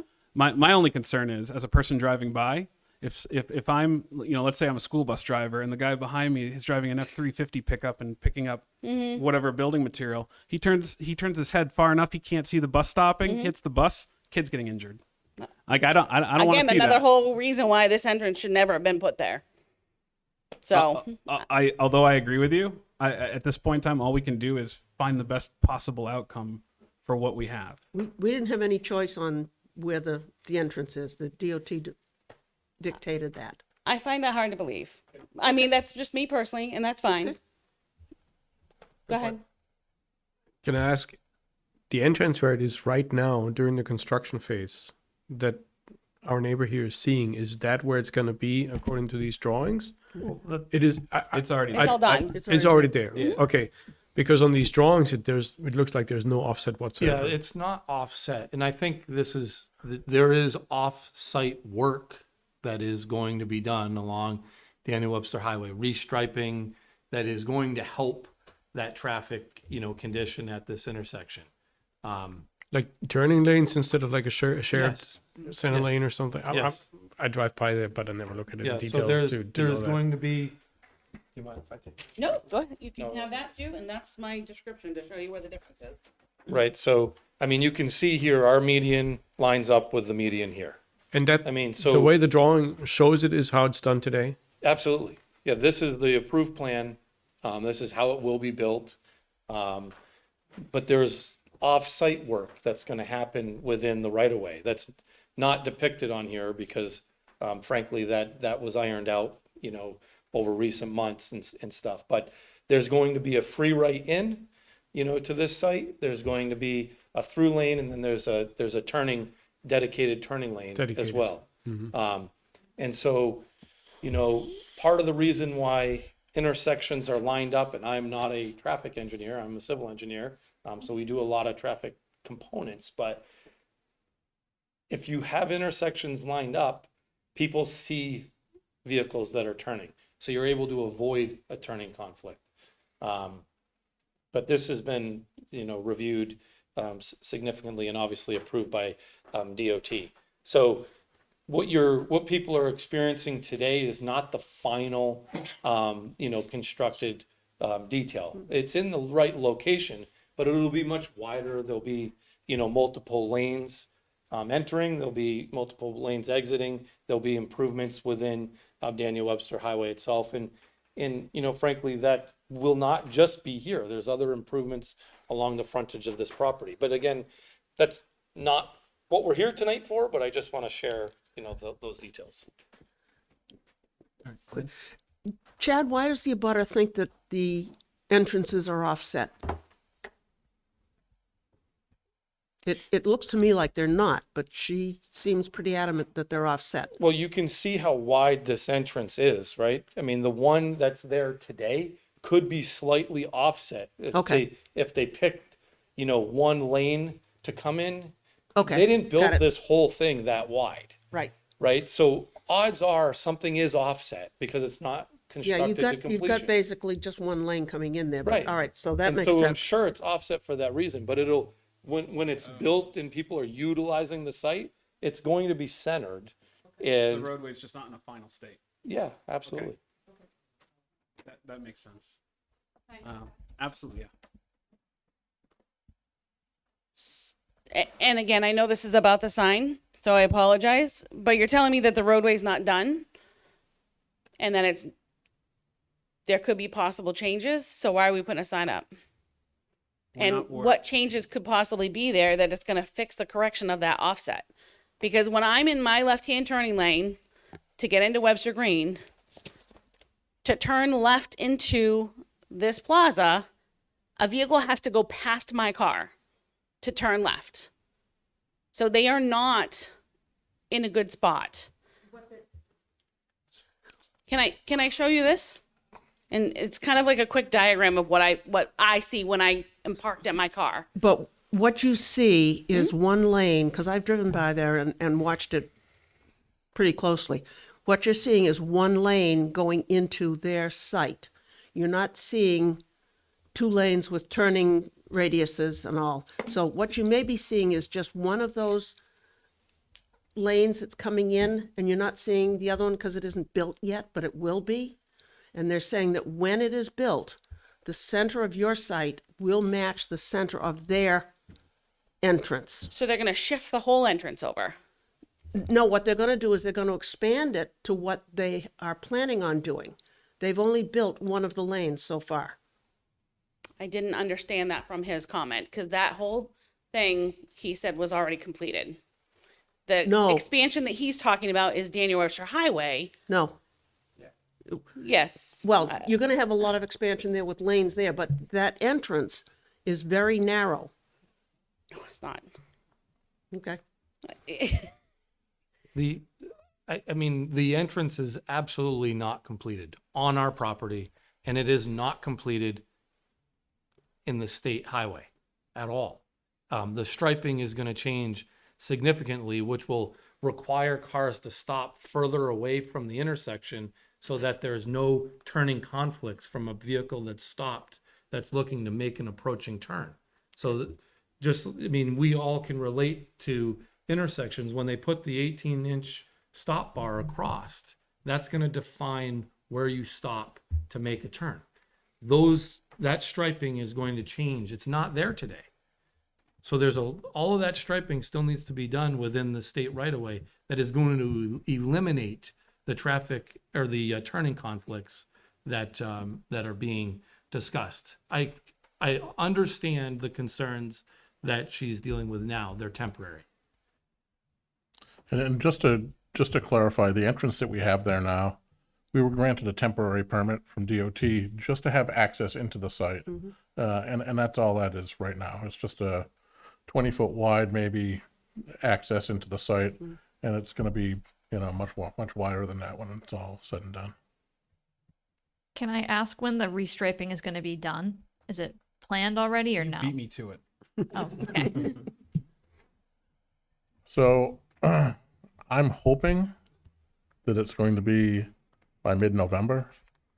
We're keeping our fingers crossed. Unfortunately, our issue, I guess, is we're dealing with Eversource and various other utilities. Now, they've set their new poles, but they're not scheduled to start moving lines until Eversource. Eversource starts the movement, and they're looking at the last week of October. So next week, I guess, is when they're going to start moving. As soon as they're done, the other utilities will follow. And once that's done, we're going to yank those poles out. We're hoping to be able to, I'm not guaranteeing it because we get so late in the game, but I'm hoping it's all squared away by mid-November.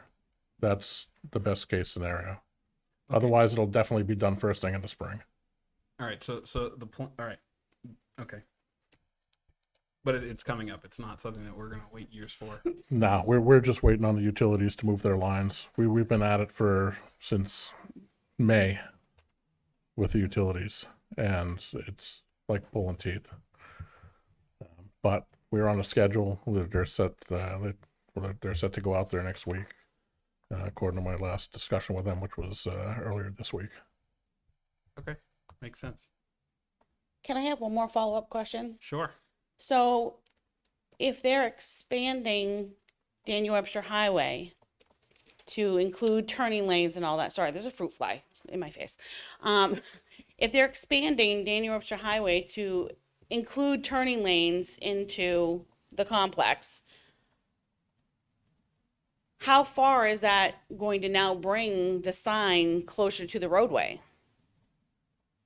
Because if they're expanding the road and making it closer to their entrance and further into their entrance, now you've got a sign that you're giving an exception for that may not need it because they've expanded the road to meet the sign.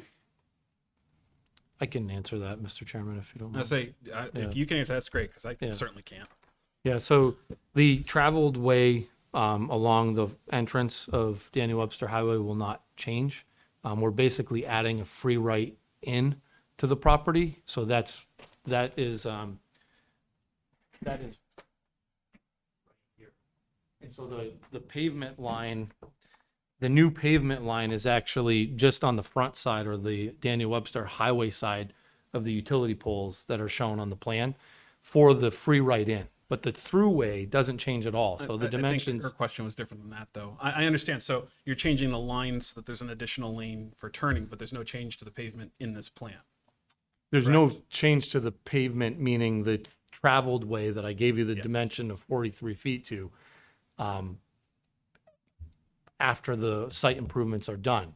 So I think her question was, and maybe I misunderstood it, was if we're making improvements to Daniel Webster Highway, are we accounting for those in the dimensions that I'm sharing tonight? And the answer is yes. Okay, I apologize. I thought she was asking about expanding, widening of Daniel Webster Highway, which is not even something we could discuss tonight. I'm sorry if I misunderstood the question. It was kind of a generic together question, because if the highway does get expanded right there to include those lanes and we're making an exception without that expansion, then technically we wouldn't necessarily need to make an exception, because if that highway is getting expanded there, now your sign's closer to the road. Right. So it's not really, And if they expand it on the other side, it's closer to the other side, and that also impacts every other sign on Daniel Webster Highway. no, I So get it. their sign's not unique in that regard. Yeah. Now, are they gonna get, what's it? Occupancy before all of this is done and before the sign goes in? That sounds like a planning board question. That sounds like a community development question. Okay. Robert and I have not gone out to do site inspections, nor have we been asked for occupancy. I don't believe that I can recall. I don't know, Kevin, if you could add to that. I mean, I would just say it's really not germane to the sign at all. But because I don't know what, we're kind of speculating what the criteria would be, for CO. And so But I do you don't know if the how to sign will answer be that up Before question. or after occupancy? well, ideally, the sign would be up before occupancy or close to that time period. Okay. Because that would, give people the right location and direction. That's why we're here and why, time is of the essence. We have to get the sign built and, obviously get on their schedule too. Yeah. Yeah, our plan is to have the sign up this fall. So you're gonna have a big blank white sign sitting there with nobody in the buildings. It'll have the address at the top, the name of the park, and so on, and the occupants will be added as the leases are signed. All right. Any further questions, comments, concerns? Please feel free to grab the microphone. I said, please feel free to grab that microphone.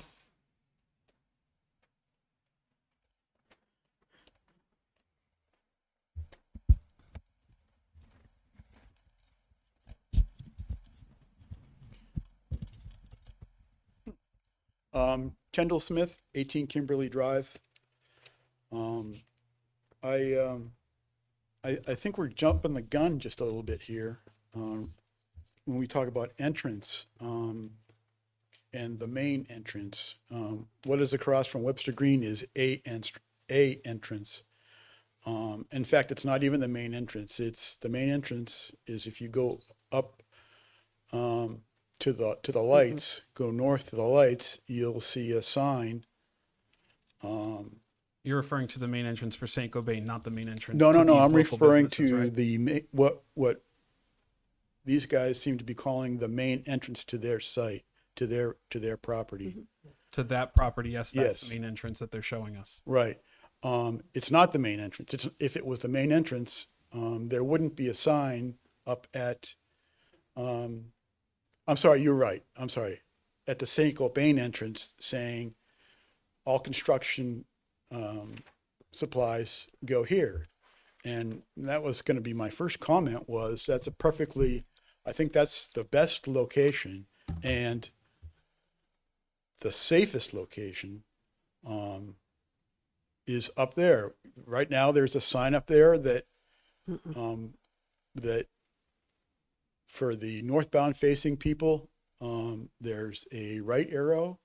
And for the southbound facing people, there's a left arrow into the St. Gobain driveway. And I think that is where the sign should go.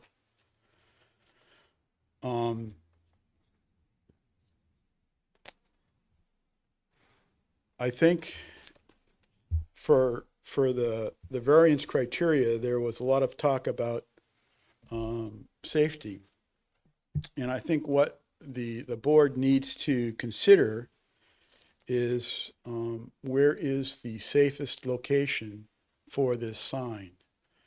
Is it up at the St. Gobain entrance where they currently have their construction sign, where that intersection is controlled with with lights, or is it down where they're proposing, where there is no control, and it's across the street from obviously the Webster Green condominiums residential area, which which is where the school bus during the school year, the school bus picks up and drops off kids there twice a day. So I think you need to determine what in fact is the safest location for that sign. And also, if that is going to be used as their main entrance, please consider that people leaving that and wanting to turn left to go south are going to have to cross the northbound lane, the Webster Green turning lane, and finally merge into the southbound lane to go south. That does not sound safe to me, especially when a few hundred yards up the road, there's a traffic light that would control that much better than no control whatsoever. I think it's when they submitted their paperwork for this variance request, they mentioned a bunch of times about the taking that took place by the DOT, which put that jog in there. And I didn't realize that it was back in the 80s. I think it's a really bad precedent to be setting for this board to grant a variance based on a property line that was changed years ago, or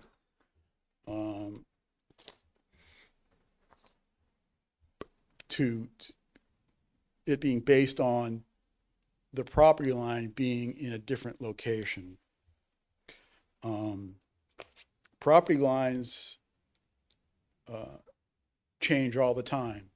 In the last couple of months, the planning board has had at least a couple of requests to alter property lines, including one by the Flatley Company for some of their property to change property lines.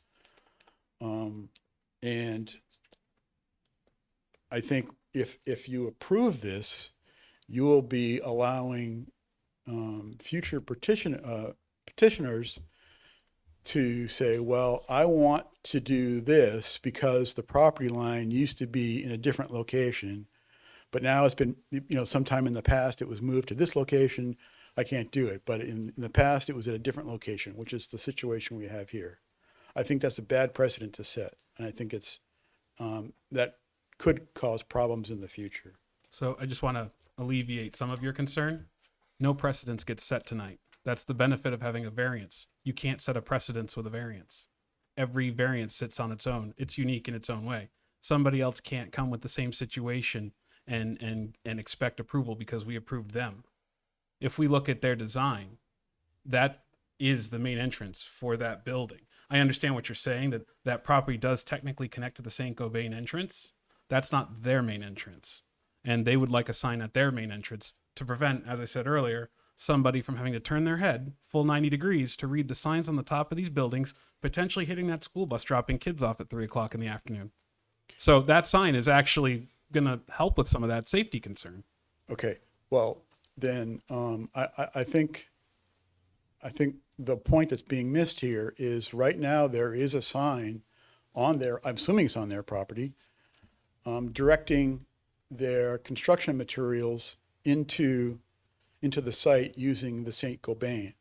So why can't the sign go there? That's a much safer location for the sign that they're proposing.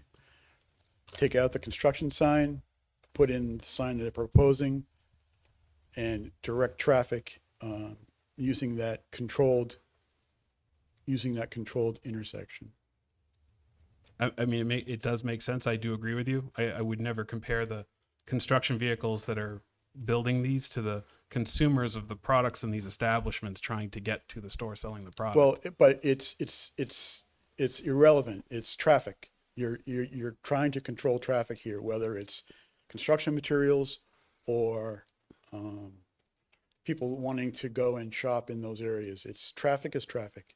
But they don't own the land at the St. Gobain entrance, so they can't put a property I don't know about a construction. That's a temporary thing. I have no idea what's there.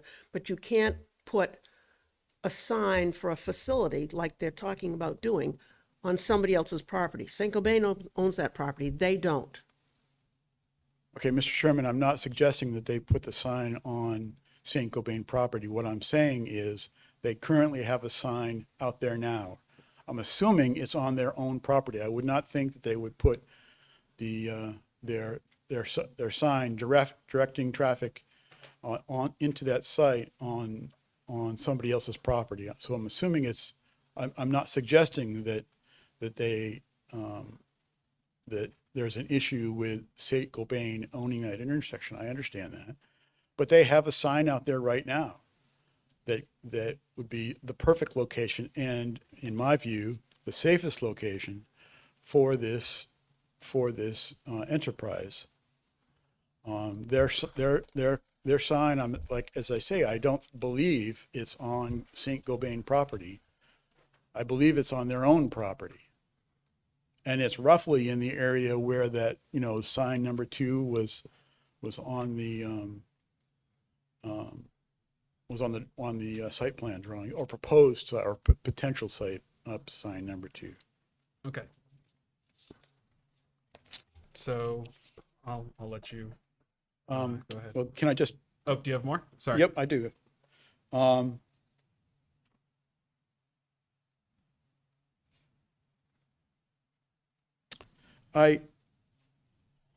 the criteria 5 relative to hardship, I have a hard time believing that it's really a hardship to put a sign a few hundred yards up the road from where they're proposing to put it. That to me does not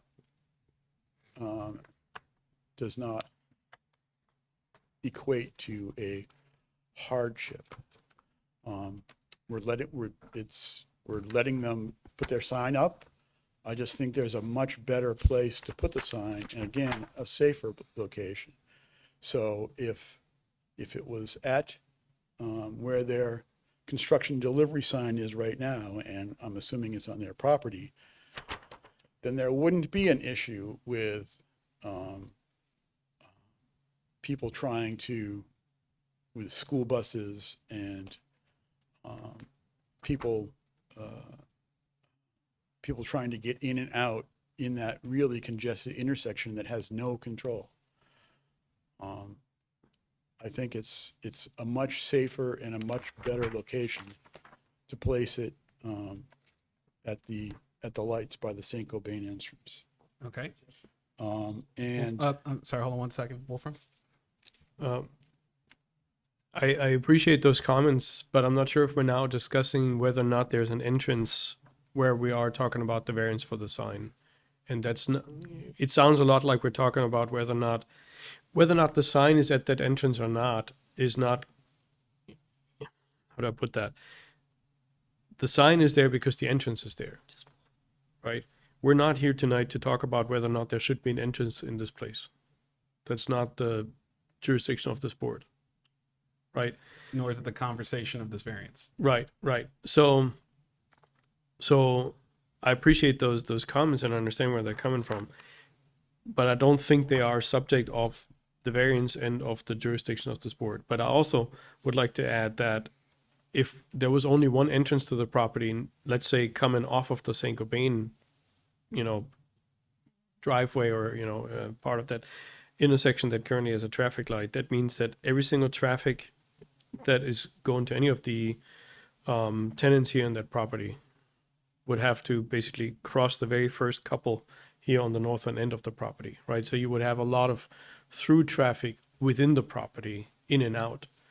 That second entrance here that, call it main entrance or not, that entrance that we're talking about here across from Webster Green allows that the traffic is actually spilling out where the concentration of those tenants are going to be, reducing the traffic and just making it more convenient for patrons to visit those businesses, right?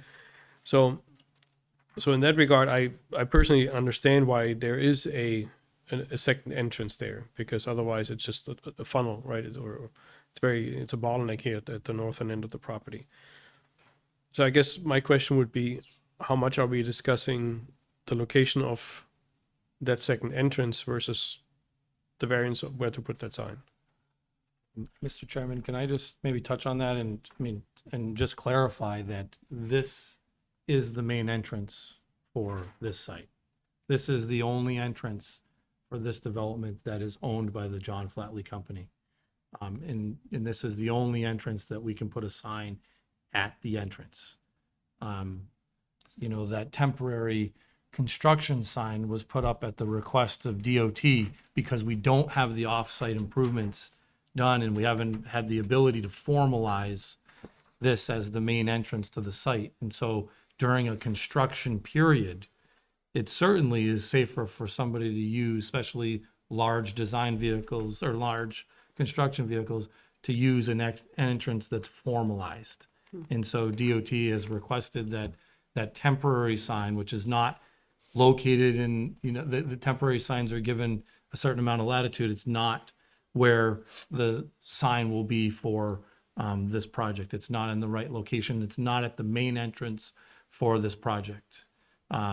People coming to this site, you know, and people who rent and lease on this site want to have a sign center mass at the main entrance of the site that they're leasing from. We have no ability to put a sign at the St. Gobain entrance in the median area or in an appropriate location at that, because we don't own that land in fee. It's not part of this application because, it's not part of this plan because it's not possible. And this is the main entrance to the site. We are the ones as design engineers and as landowners that get to tell the board, this is the main entrance. Other people are not allowed to make that claim. I remember we did have this discussion, I think, at length in the original hearing. So, but yeah, I think to your point, this is the main entrance, and so this is really the only one that we're discussing. So I do apologize. I know we've had some length conversation now about the St. Gobain entrance, but that's not part of tonight's discussion. I guess I don't understand that because you just told Andrea that we are here to discuss the location of the sign. Yes, the location specific from the highway to the distance from the highway. I mean, we could put the sign, a couple miles down the road and nobody will get to the right place, but it doesn't change the fact that property has that entrance. So putting it on the St. Gobain entrance is not an option, nor is it a discussion point. Okay. All they're talking about is placing the sign within the 20-foot setback requirement on that location, not putting it anywhere else. They're just talking about how close to the road can it be. And they're asking for it to be closer to the road due to the easement than it would otherwise be allowed. Right, and this is where we're asking for the sign to be. So we haven't asked the board or anybody, where do you think it should be? Right. We believe as design professionals, from a safety standpoint, this is where the sign belongs, due to a lot of factors that we've talked about: the proposed landscaping, the building location, the location of the entrance, this being the main entrance.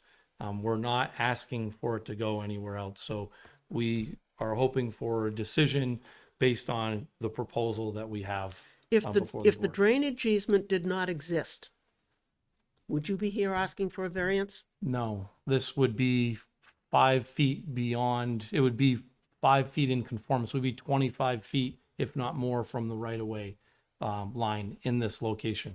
So if you moved the entrance 20 feet south so that you wouldn't be impacted by that drainage easement, you again wouldn't be asking for a variance. But because DOT said you need to put this entrance opposite the other entrance, you're stuck with that easement, and therefore Correct. that's If you- changing. Yeah, okay. If you look at and just speaking to your point, Mr. Christensen, if you look at this angle point here. Right. This is the center median. If we had an offset entrance here, which we don't have the ability to propose. So Right. It's not like we can change the hardship. Right. But if this was over here, this location, you can just visually see it, would be well in conformance. And so and that's speaking, in my opinion, to the special conditions of the land that distinguish this property from other properties Correct. in the area, which is again a hardship criteria. And you are 100% correct in that statement. Mr. Chairman, I guess I don't understand the comment that they have no ability to place a sign up near the single bay entrance, roughly where their current construction sign is, because if you look at site plan sheet 2, there is a place for a proposed sign number 2. So if it's impossible for them to put one up in that area, then why is that on that drawing? Do you mind if I answer that, Mr. Chairman? I mean, so again, and I appreciate him stating how it's labeled, proposed sign number 2. That sign location is on our property, but is not at the intersection. And so people will have missed the turn to, the main entrance of the facility, if that was the main entrance, but it's not. But That's again, what- we're not talking we're not about talking about that other location. locations. We're talking about this specific location and how close to the highway it can be put. That's Right, all we we're have- talking about. This is the location that we want the sign. There's no reason to talk about any other locations, in my opinion. But we're trying to answer questions. Mr. Chairman, I guess I have a more than a little heartburn when they first came and asking for a variance.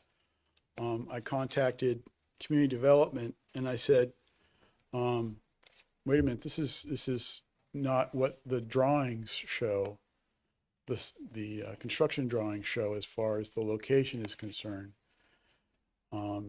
Aren't you changing the construction drawings that were approved by the planning board? And the answer I got back from community development is that no, the planning board does not deal with signs. Correct. That is for the zoning board. That's correct. No, no. That's what they told me. It's up to the owner as to where they want the sign. The thing that's before the planning board is zoning ordinance says you have to be 20 feet from, in this case, the right-of-way. And they're saying that's a hardship for us because the right-of-way has pushed us into the property line. That's where the hardship is.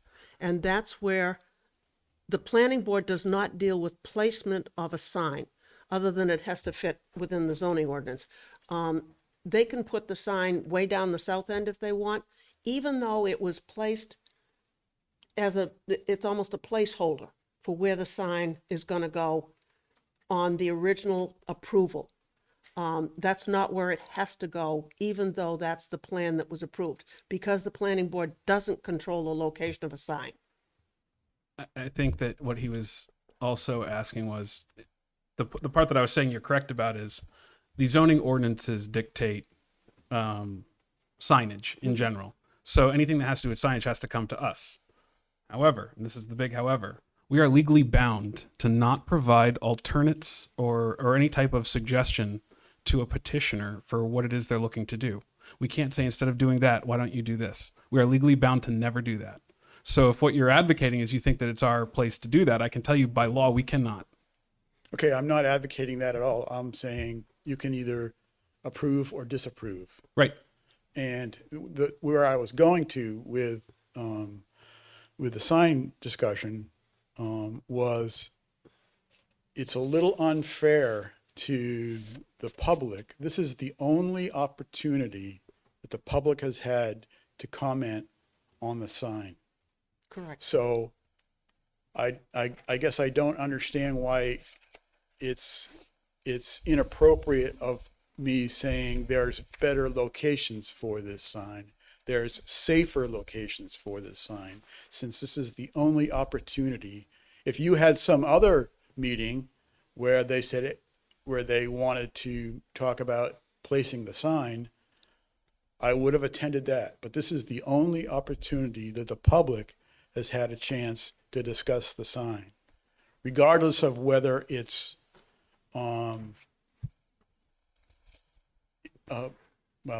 forget that. But it's the only opportunity that we've had. So this is the only shot we have. So to tell me that the only shot I have is irrelevant, that doesn't make sense to me.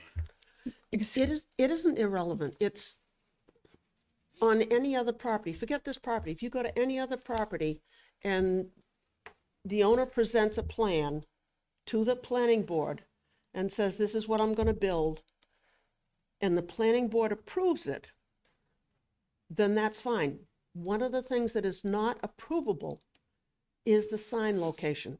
That just does not, it's not part of the planning board approval process. They frequently will say, I'm going to put a sign here, or I may put it here. That's irrelevant because planning board, community development has no control over where on their site they're going to put a sign, as long as it falls within the zoning ordinance.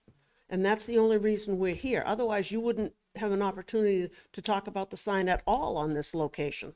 Lynn, if I may add as well. So typically a sign permit gets submitted to community development department and we do an internal review of the sign.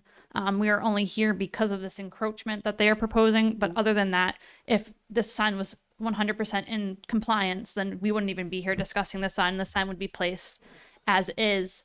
Again, with that signage on the plan, those are all possible locations that they show possible locations. But again, like Lynn had said, is that they aren't 100% the exact location that a sign goes. We do verify to check that, make sure that the signs are going to be placed out of the right of way. And then when they did submit an application, I raised a red flag saying, hey, this is within that that easement. And then I recommended they do come here for this variance to get heard and voted on tonight. And I think if I may, Mr. Chairman, the plans that we got approved before the planning board just have a note on it that says signs shall meet town of Merrimack regulations. And the sign design itself does meet all the regulations. It's just the location. And I think everybody's kind of touched on that. That's why we're here, is just because of the location at this main entrance. So, Mr. Chairman,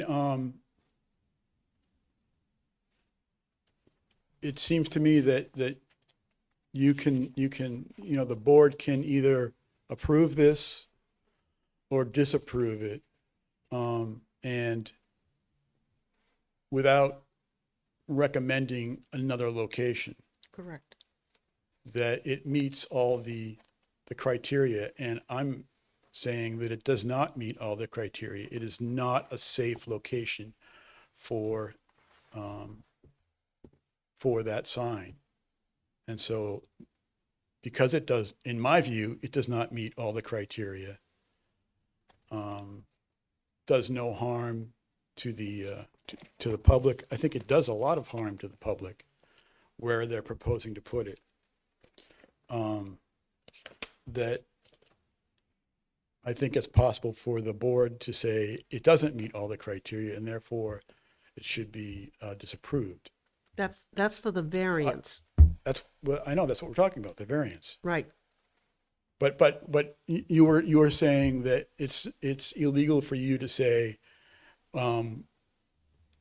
to Put it someplace put it else. someplace else. We I can't. understand that, but that doesn't prevent you from saying no. It doesn't meet the criteria. I don't think it meets the criteria because safety and the public good is mentioned a number of times in these 5 criteria, and I'm saying that that location, it doesn't meet those criteria. So after inspecting the site, like I said at the beginning of this petition, after I personally went to the site and inspected it, I can tell you right now that looking at where this building is, if I'm a contractor and I have to turn my head 90 degrees to read the signs to figure out if I'm making the right turn, I'm more likely to hit somebody, including a school bus, than if the sign is located adjacent to the road where it's clearly legible what businesses are there. So that you'll never see eye to eye with me on that, because turning my head 90 degrees while I'm driving forward with a school bus in front of me is more dangerous than me keeping my head forward facing the school bus. So I don't know what factual basis you have to believe that that's a safety concern, because I would tell you from the bottom of my heart, it's a safety concern to not have that sign there. So, sure. When you're looking at a Mike. development, Microphone. No problem. when you're looking at development and you basically have what will be eventually 20 stores, it makes no sense. You never see a sign that's put past the development at the end where half or more of the people looking to turn in can't figure out when they turn. To me, that is very dangerous, as the petitioner has mentioned. It's very logical and it's common sense when you have a development, whether it's a shopping center or whatnot, you put a sign in the middle and the traffic comes into the site and then moves to the left or right depending on what store they're going to. That's how it's always done. It's never done where you put a sign where half of the people don't even see the sign till they're fully past all the stores. So I have to agree that, in my opinion, this sign is in the right place. Mr. Chairman, it's my understanding that the reason for this location, for this curb cut, was that the fire department required a second way out of that site. That's what was mentioned at the last meeting? I could not speak to that. I could not speak to that because this was a DOT approved entrance. So that's outside of my understanding. But regardless, I think that you've made your point clear. Okay. Thank you. Are there any comments that you want to make regarding that? I don't want to make any comments regarding that, Mr. Chairman. I mean, this is the main entrance to this site, and it's, this is the entrance that, is really important to the John Flatley Company, which is why we're, before the board, this evening. Okay. All right. Any final comments for the board from petitioners or abutters? All right, we'll go ahead and close the public. I'll entertain a motion or discussion. Chuck?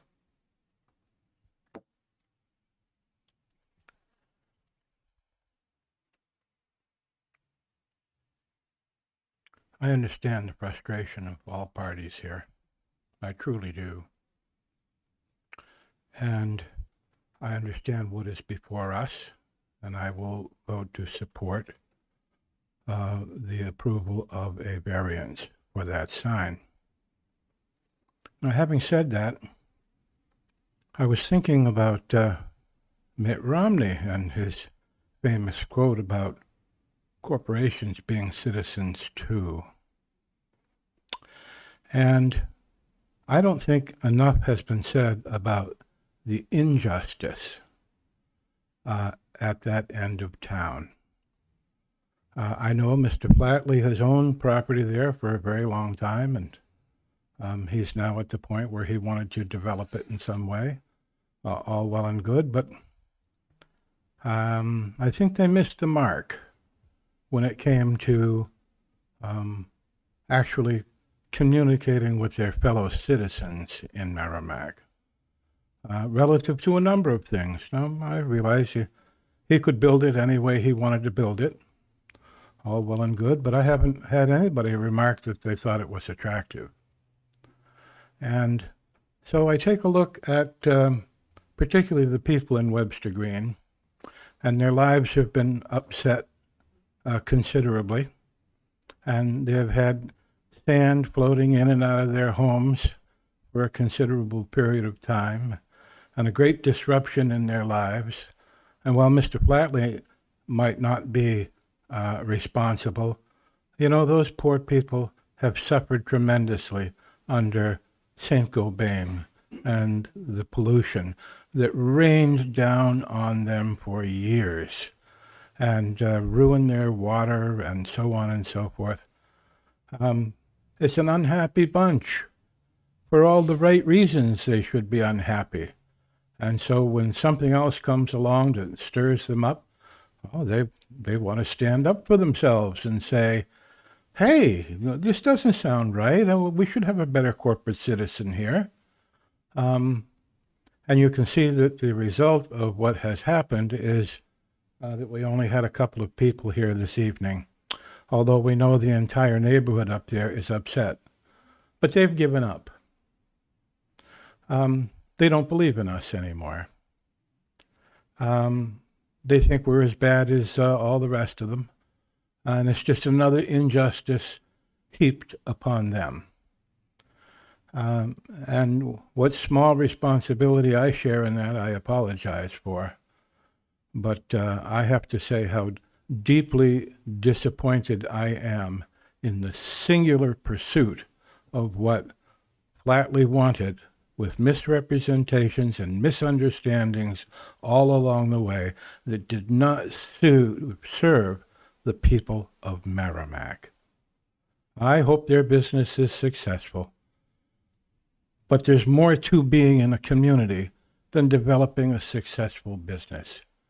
And they have badly abraded their neighbors and the people that have taken on part-time positions to come out and hear their plea month after month after month, only to find that, well, it's never quite what they thought it was. And I hope in the future we can be a little bit more straightforward about the evidence that is being presented to us as being true and honest and fair, so that we can adjudicate their best interests along with the best interests of all the other citizens in town, whether they live next door to the project or not. And this, I think, was just not well served by this experience with Flatley, and I need to make that a part of the public record. Thank you. Well said. Are you making the motion?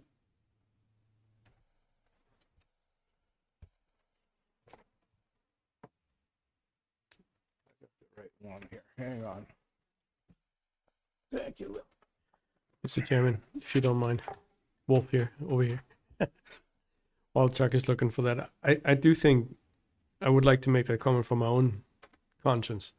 We have to recognize we have no control tonight in front of this board about the location of that intersection. None whatsoever.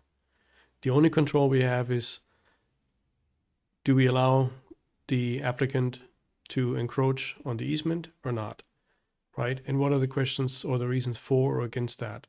And I think we all agree, independently from any safety concerns of where this intersection is, where we have no control over, once again, independently from that, we can only decide, does it make sense for that sign to encroach on that easement so flowing traffic can see it easily, and we can ensure that patrons with the intent to turn into the property get a fair early warning, can slow down and can turn into it safely and out of it. That's the only control we have tonight, right? So that, just as a summary for myself, I want to make this statement because I really don't feel like we should stand for the location of this intersection at all and this board cannot stand for that.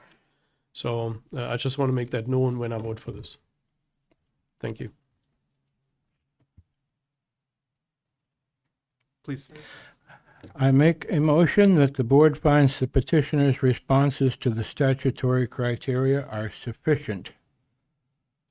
Proved each criterion is met, and the board adopts the petitioner's responses as the board's findings of fact, and further to grant the variance under section 17.10.3 parentheses B, close parentheses, of the zoning ordinance to permit placement of a ground sign 1 foot from the front property line, whereas a setback of 20 feet is required, subject to the following conditions. the applicant shall obtain a sign permit for the proposed ground sign. All right, motion made by Chuck, seconded by Lynn. All in favor? All right, 5-0-0. Thank you very much for your time. Thank you. Thank you.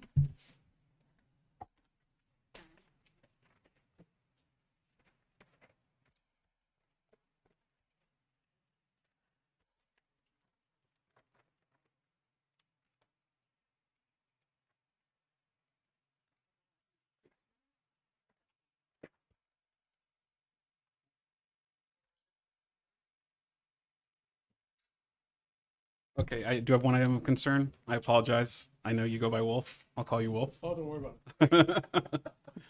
Lynn's like, stop calling him that. Let's call him Wolf.